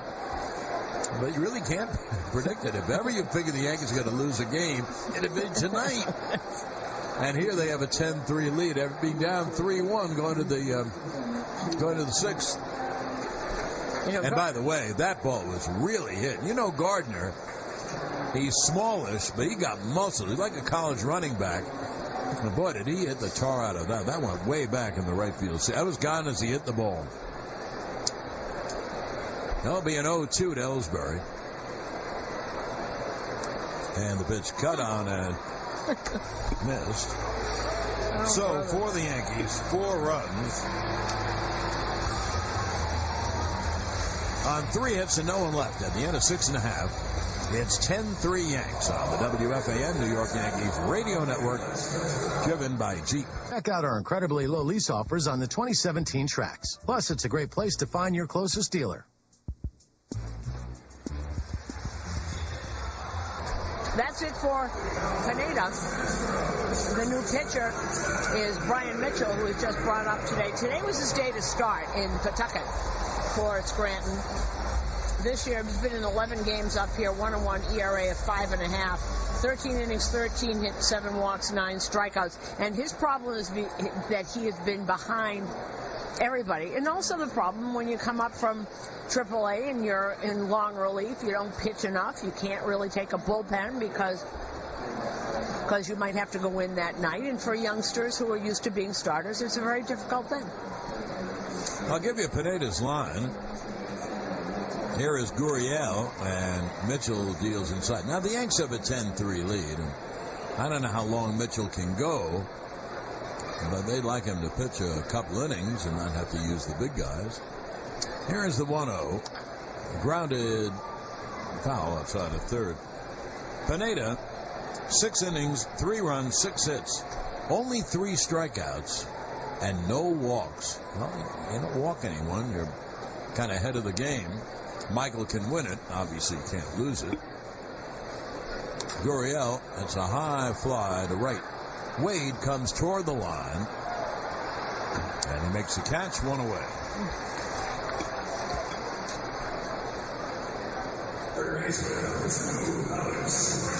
You know, one thing about today's baseball, there's no one on the bench. These teams, American League, they have 3 guys on the bench with 13 pitchers. So you come up, you're going to play. And if you come up, you're going to pitch. And they bring him in the game right away. They have to. They'll 1 away, and here is Alex Bregman. He swings and misses. Good fastball by Mitchell. For Gardner, his 3rd career grand slam. You know, the Yankees haven't come near midseason. The Yankees, I'll turn my card over in a moment. Pitch. Okay. There's a strike. Fastball outside corner. This is a 78 game. They have 3 more games. If you double Gardner's numbers, whoa. A very prolific leadoff man. He's got 15 home runs. Pitch. Swung on, a pop foul. And if you fudge a bit and give me another RBI, he's got 15 homers and 40 RBIs. Yeah, that's, leadoff man. That's awfully good. He would like to be a little less streaky, so he's ending June on a really high note. He had not a very good April, had a tremendous May, not a great June. 0-2 grounded foul. Here's the Power Report brought to you by Indian Point Energy Center, the region's most reliable source of electric power. Obviously, the big blow, the grand slam by Gardner. In that wild sixth inning, ribby singles by Torreyes, Carter, Gardner, and Ellsbury. Pitch. God, out of miss, blew him away with a fastball. So the Yankees have had a lot of hits and a lot of runs and a lot of power. On a night where if you asked everyone individually, are you tired, they would say, oh, my tired. Let's go figure. They're not tired right now. No, not at all. No two-way. Anyway, that is the Power Report, and that's brought to you by Indian Point Energy Center. 2 down. Here is George Springer, the leadoff hitter, right-hand hitter, and he takes a pitch inside.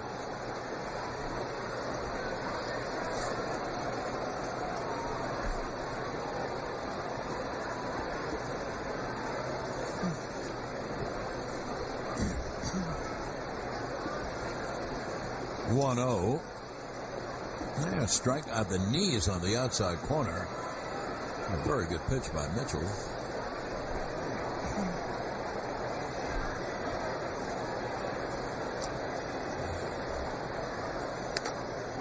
And Mitchell deals high. 2-1. Springer has doubled, flied out, and singled.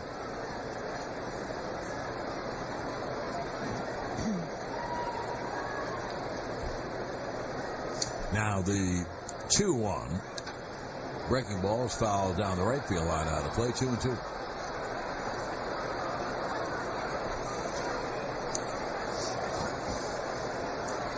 You talk about Gardner being built like a running back. That they smack elbows, forearms instead of high fives. I thought he was going to kill Torreyes. And you can see Torreyes actually moving, hitting him, and he just almost jumped back. Pitch hit on the ground is short. Backhanded by Didi to his feet. Throws in time. Nice scoop by Carter. Carter may have made some mistakes. He has a pretty good glove at first base. Well, 1, 2, 3 go the Astros, end of 7. It's 10-3 Yanks on the WFAN New York Yankees radio network, driven by Jeep. Take on summer right with Ford. 7-piece outdoor dining set, $799. Office and on your way home, listen to Mike Francesa on The Fan. Well, the new pitcher for Houston is the right-hander, Luke Gregerson, 35 games. He's got 13 holds, ERA of 4.31. When they got him from San Diego, he came over to be the closer. He was for a little while. Then they made that trade for Ken Giles. He's now the closer. Didn't work out for a year. Gregerson stayed in the closer role, and now he's pretty much setup man. I'll give you the pitching lines on the relievers, just in case you write those things down. Here's Judge to lead it off against Gregerson. And the pitch is slider outside, but he went. Said first base umpire Marty Foster, so the count 0-1. Judge is 0 for 2, but he's walked twice. So his on-base percentage always is great. Pitch. Caught on a miss, another slider down and away. Gojuan goes 2/3 of an inning, 3 runs, 2 hits. Hoyt, 2/3 of an inning, 1 run, 1 hit. Of course, that hit was the grand slam by Gardner. Here's the 0-2. And he struck him out, swinging 1 away. Drive Around the League is sponsored by Hyundai. There's no better time to buy a new Hyundai than now. See your local Hyundai dealer or visit buyhyundai.com. Well, Tampa Bay scored 3 runs on the top of the 10th inning and beat Baltimore 6-4, so that's over. Jumbo Diaz gets the win. Darren O'Day lost. Alex Colomé his 21st save. They are in the 10th in Boston. It is all tied up 4 apiece, Boston and Toronto. Cleveland and Detroit postponed because of rain. Texas leading the White Sox 7-4 in the 7th. Didi takes a pitch low. Final in Kansas City, they beat Minnesota 8-1. Atlanta leading Oakland 1-0 in the fourth, and Seattle leading the Angels 1-0 also in the fourth. National League top of the ninth. 1-0 is low. Didi is 2 for 4 in the night. San Francisco is beating up on Pittsburgh 13-5. They're in the top of the ninth in Pittsburgh. Cincinnati beat the Cubs 5-0. Mets beat Philadelphia 2-1. Jacob deGrom beats Ben Lively. Addison Reed save number 13. Gregerson's pitch is cut out of this. And the count 2-1 on Didi. Yankees have pounded out 13 hits tonight. And in one inning, I have to look at my scorecard to remember what inning pitch is high. It was the fourth inning. The Yankees had second and third, no one out, and didn't score. And got a bad break when there was a wild pitch and it ricocheted off the backstop. Right back to McCann, who flipped to McCullers for an easy out at home. But pitch is hit hard to second. Grabbed by Altuve, throws to first in time. But the Yankees shook that off. That was in the fourth inning. And they scored 5 in the sixth and 4 in the seventh. Funny game, baseball. As I was saying to Joe Madden and the Chicago Cubs just yesterday. It's not that easy, you know? Can you... It's... And you got to hang in there on a day-by-day basis. That's that kind of sport. We are coming to you live from the Sunoco broadcast booth. Sunoco save 5 cents in every gallon instantly with your Sunoco Rewards credit card. And Susan and I were talking about this between innings. Headley takes a breaking ball low. If Toronto wins, the game is in Toronto. They get the last wraps. They're going to the 10th inning tied at 4. There's the 1-0. Breaking ball low. With all the problems the Yankees have had, and I mean they've had a myriad of problems. So many of their top players are out. So many terrible losses, yada, yada. You know, if Boston loses that game, the Yankees will be back in first place. By percentage points, but still. There's the 2-0. And it's cut on and foul tipped into the glove of McCann. Headley 1 for 4 on the night. You know, not even halfway through. It's amazing. Houston has said this is their 81st game. They're exactly halfway through. There's the 2-1. Pitch is low. So look how many games they played, and you know what they have left? They have the entire either NBA or NHL season. Play a lot of games. So 3-1 to Headley. 3 infielders on the right side. And the pitch is low outside, so Headley walked. Gets a 2-out walk.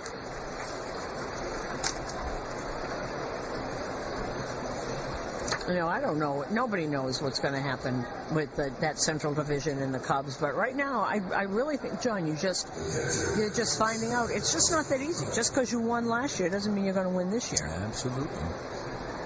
And it's pretty much the same team. It's Dexter Fowler not there.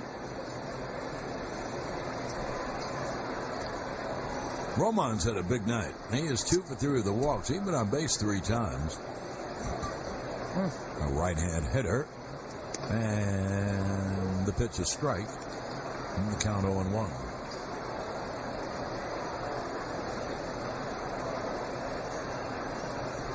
Torreyes has 3 hits and a walk.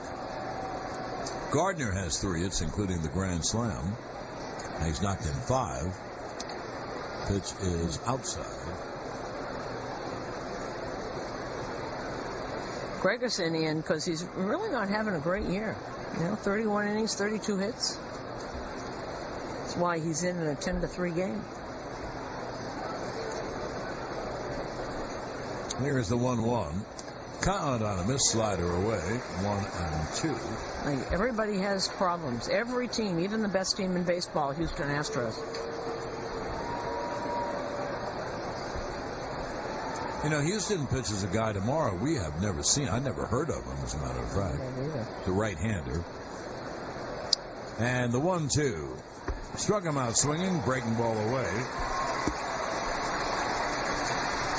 In the inning, no runs, no hits, 1 left. At the end of 7.5, 10-3 Yanks on the WFAN New York Yankees radio network, driven by Jeep. Now's the time to save big on AN. That's Adorama. Seeing you to sign up.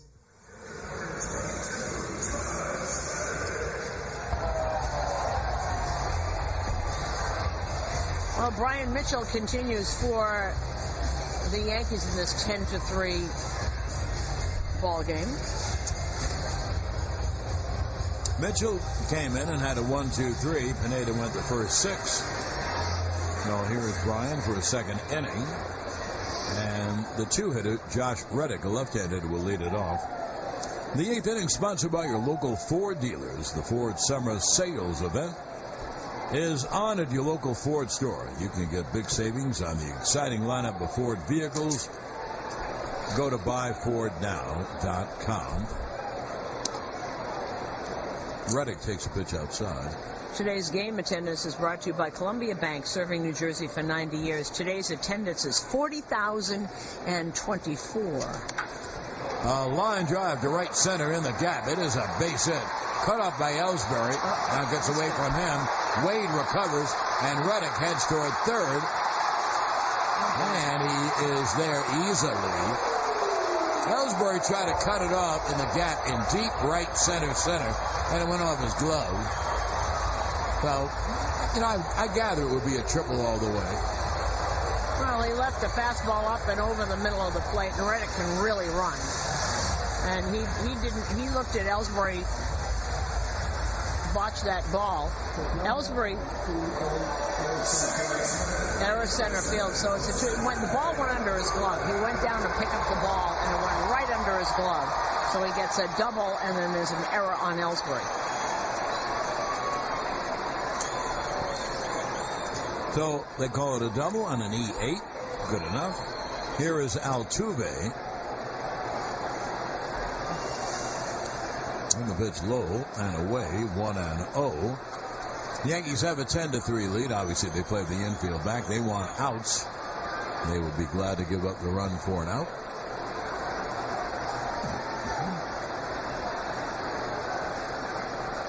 Didn't take long. Joe Girardi's on the phone. Never have enough runs. Never.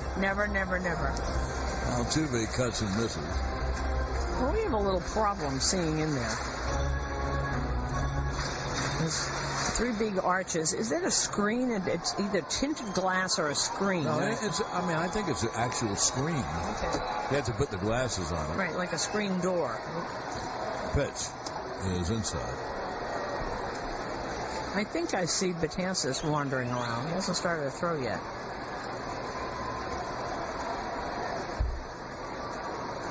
That's what this is what managing now is. It's 10-3 and he's getting up Betances. Just in case. Just in case is right. 2-1, grounded up the middle, grabbed by Torres, throws to first in time. Give Altuve an RBI on the 4-3. Reddick scores, and the Yankee lead is 10-4. I get it. The train the sound comes out, and it only goes back and forth if they hit a home run. I got it now.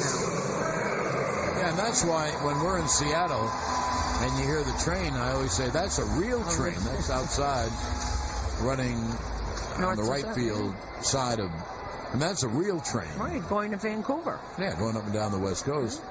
This train is a faux train. Well, one away, here is Correa, and he takes a strike. You got to admit, this really is a great park, though. Terrific park. I love the broadcast booth. It has everything. And big. Yeah, great What's place. A room? The pitch. There is a strike with a fastball 0-2 to Correa.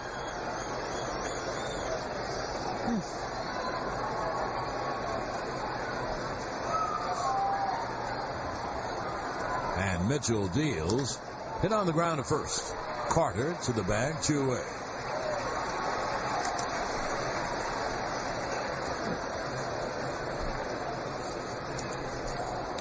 Susan, has Mitchell been starting, I would think, down at Scranton? Yes, this was his day to start today. He would have been pitching in Pawtucket. So he could go another inning, and he's stretched out. Well, yeah, of course could, yeah.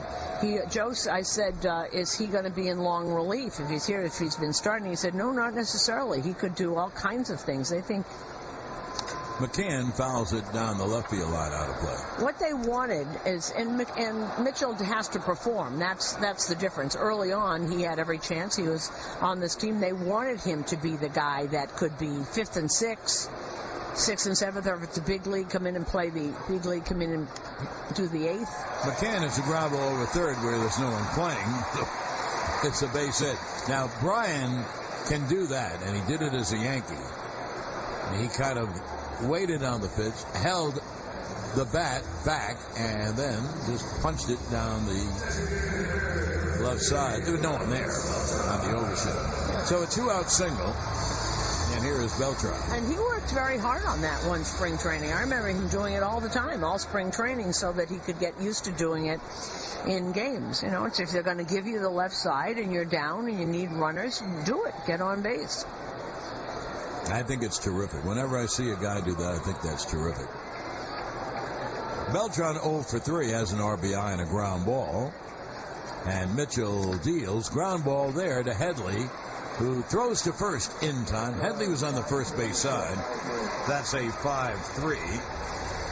And in the inning, 1 run, 2 hits, 1 left. Now, at the end of 8 innings of play, 10-4 Yanks on the WFAN New York Yankees radio network, driven by Jeep. Unlimited for details. Afternoons from 1 to 6:30, listen to Mike Francesa on The Fan. Well, the new pitcher, and it's not a pitcher. This is what happens when you've got a big lead like that. Nori Aoki is going to pitch the 9th inning, and Nori Aoki, I'll look up and see. I don't know if he's ever pitched before, but this is what happens when you got a big lead. You don't want to use any more pitchers. So A.J. Hinch turned around, and probably Nori Aoki said, I've done this before. And we'll find out if he ever has. But Aoki will pitch the top of the 9th inning. And deals high 1-0 to Torreyes. And if you think this is a problem of using the bullpen too much, you're right. Torreyes swings and pops it foul, first base side of home plate out of play. Torreyes has had a big night. He has single, double, single, and walked. He has scored twice and knocked in a run. And they just announced that Nori has never done this before in the major leagues.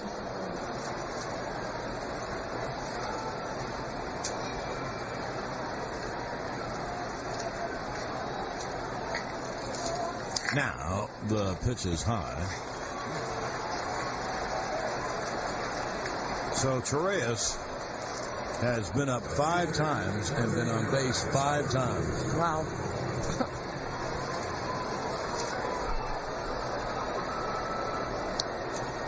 And here's Tyler Wade. You know, we keep saying it. He gets so overlooked. Every time he plays, he does something. It's just amazing to me. Wade takes high, can't get his pitches down. I mean, let's face it. We see him do everything. He's a terrific player. Yeah. Does he field ground balls great? Yes. Good arm? Yes. Run great? Yes. Hit and hit hard? So I think he's an awfully good player. Pitches high 2-0. I don't like to see this. I don't either. I hate seeing position players have to pitch. First of all, they have a chance to get hurt. I'm always thinking someone's going to get hurt.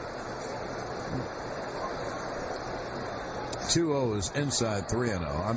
I don't want to see this. It means nothing to me if the Yankees score because they're doing against an outfielder. And you know Aoki doesn't want to be embarrassed, so you're trying. Well, his next pitch is high outside, so 2 walks in a row. He hasn't thrown a strike. He hasn't been near the strike zone. It's unfair.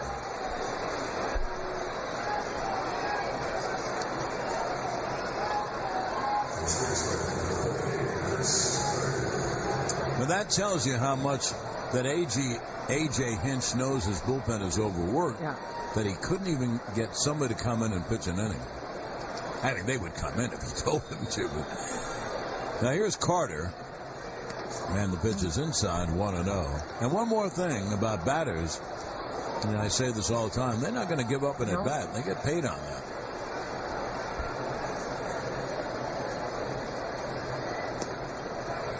There's a strike. Yeah, I know it's a sarcastic chair, but this is a guy who's taken one from the team for the team. It always bothers me when people laugh at this. 1-1 is inside 2-1. Boston and Toronto go to the 10th. They're tied at 4. If Toronto wins, the Yankees would actually be back in first place. Toronto got out of a bases loaded. Pitch is lined to left field deep, and it is over the head of Gonzalez. 1 run scores, and the runners go to second and third. But Torreyes comes home on a double by Carter, a line drive that soared over the head of Marwin Gonzalez in left field. And the Yankees take an 11-4 lead. And still no one up in the pen. It was a fastball. It was low. It's as much of a fastball as Nori Aoki's going to throw.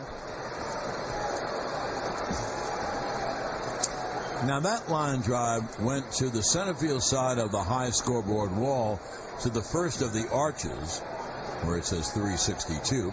And here is Gardner, who is 3 for 5, including a grand slam and 5 RBIs. And the pitch is outside 1-0.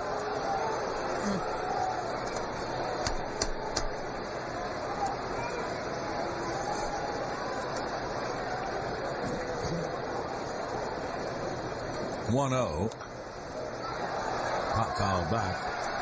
Following the game, stay tuned for the Agera Energy New York Yankees post-game show. Agera Energy. Energy to power your world. Visit AgeraFan.com for a hassle-free quote.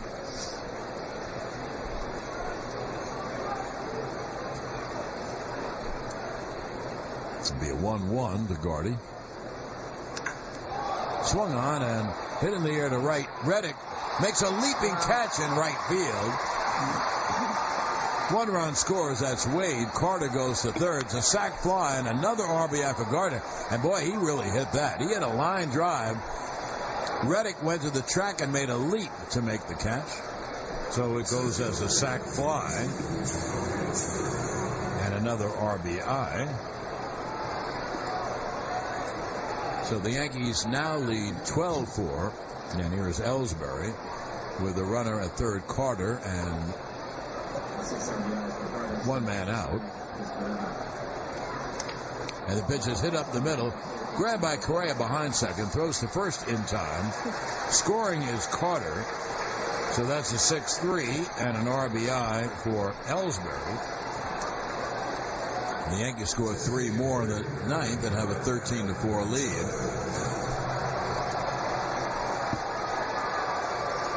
And here's Aaron Judge.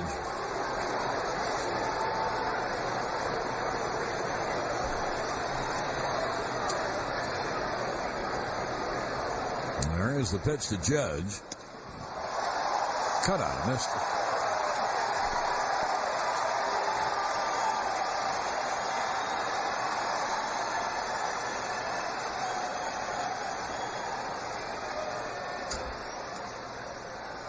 Aaron takes low, 1-1.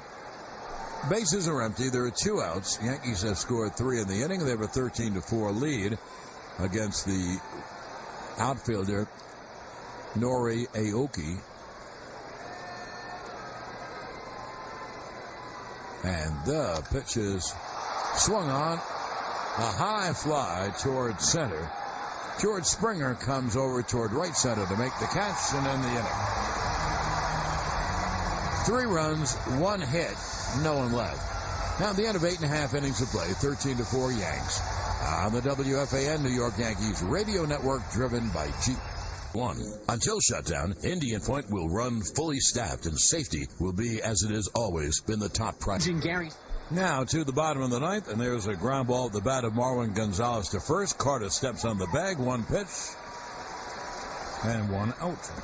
Yankees have a 13-4 lead here in the bottom of the ninth inning.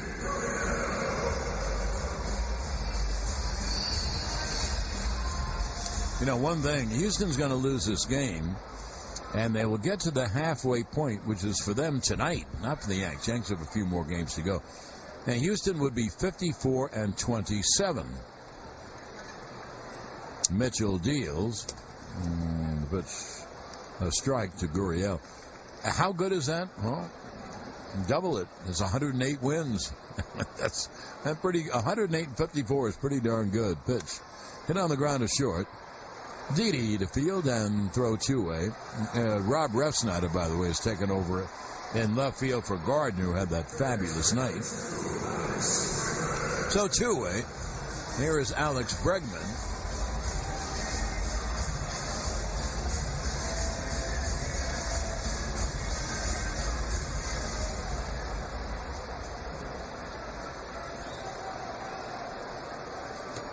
With 2 outs and no one on.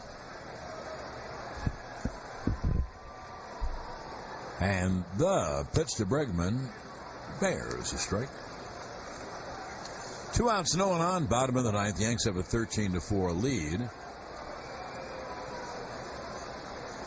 And Mitchell deals. Swung on a high fly to deep right center. Ellsbury back. Makes the catch. Ball game over. Yankees win. The Yankees win. And they got a little lift from Brian Mitchell, who went 3 innings, gave up 1 run with a big lead, so they didn't have to use the bullpen. As Pineda pitched a heck of a game, aided and abetted by the Yankees, who knocked out 14 hits in the game, and they win it by the score of 13-4. In the Houston ninth, 3 up and 3 down. Yankees win 13-4. We'll wait for Susan to get her star.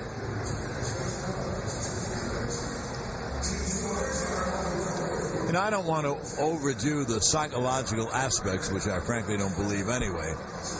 But because of all the terrible things that happened last night, and the fact that we got to the hotel 5:36 in the morning.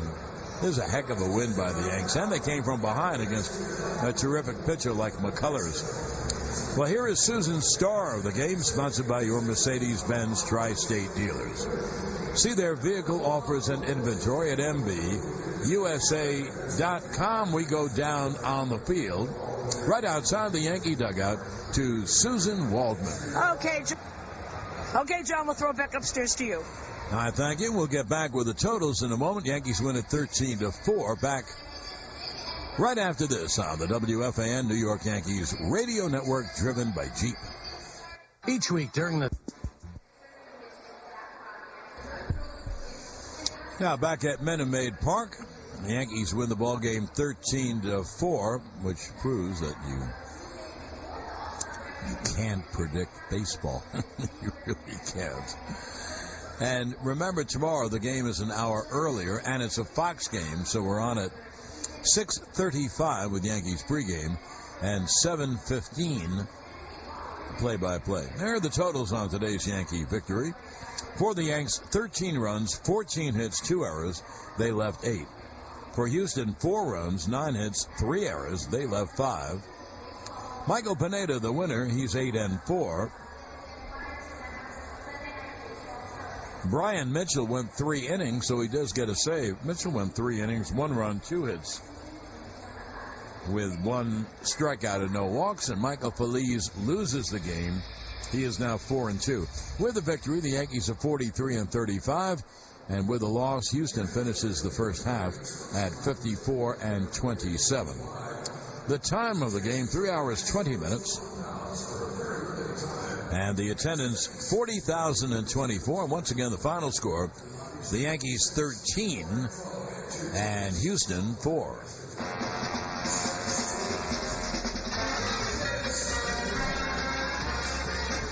New York Yankees baseball is a production of Sports Radio 101.9 FM and Sports Radio 66 WFAN in conjunction with the New York Yankees.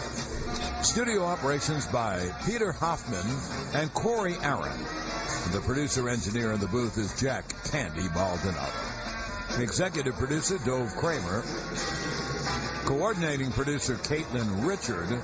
And production assistance by Rick Roush. Now, please stay tuned for the Agera Energy New York Yankees postgame show tonight, starring Ricky Ricardo. And for Susan Waldman, this is John Sterling saying so long from Minute Maid Park in Houston, Texas. The Yankees win at 13-4. Have a good night on the WFAN New York Yankees Radio Network. Yankees baseball in Kawasaki. Let the good times roll. Stay tuned for the Yankees postgame show on the WFAN Yankees Radio Network.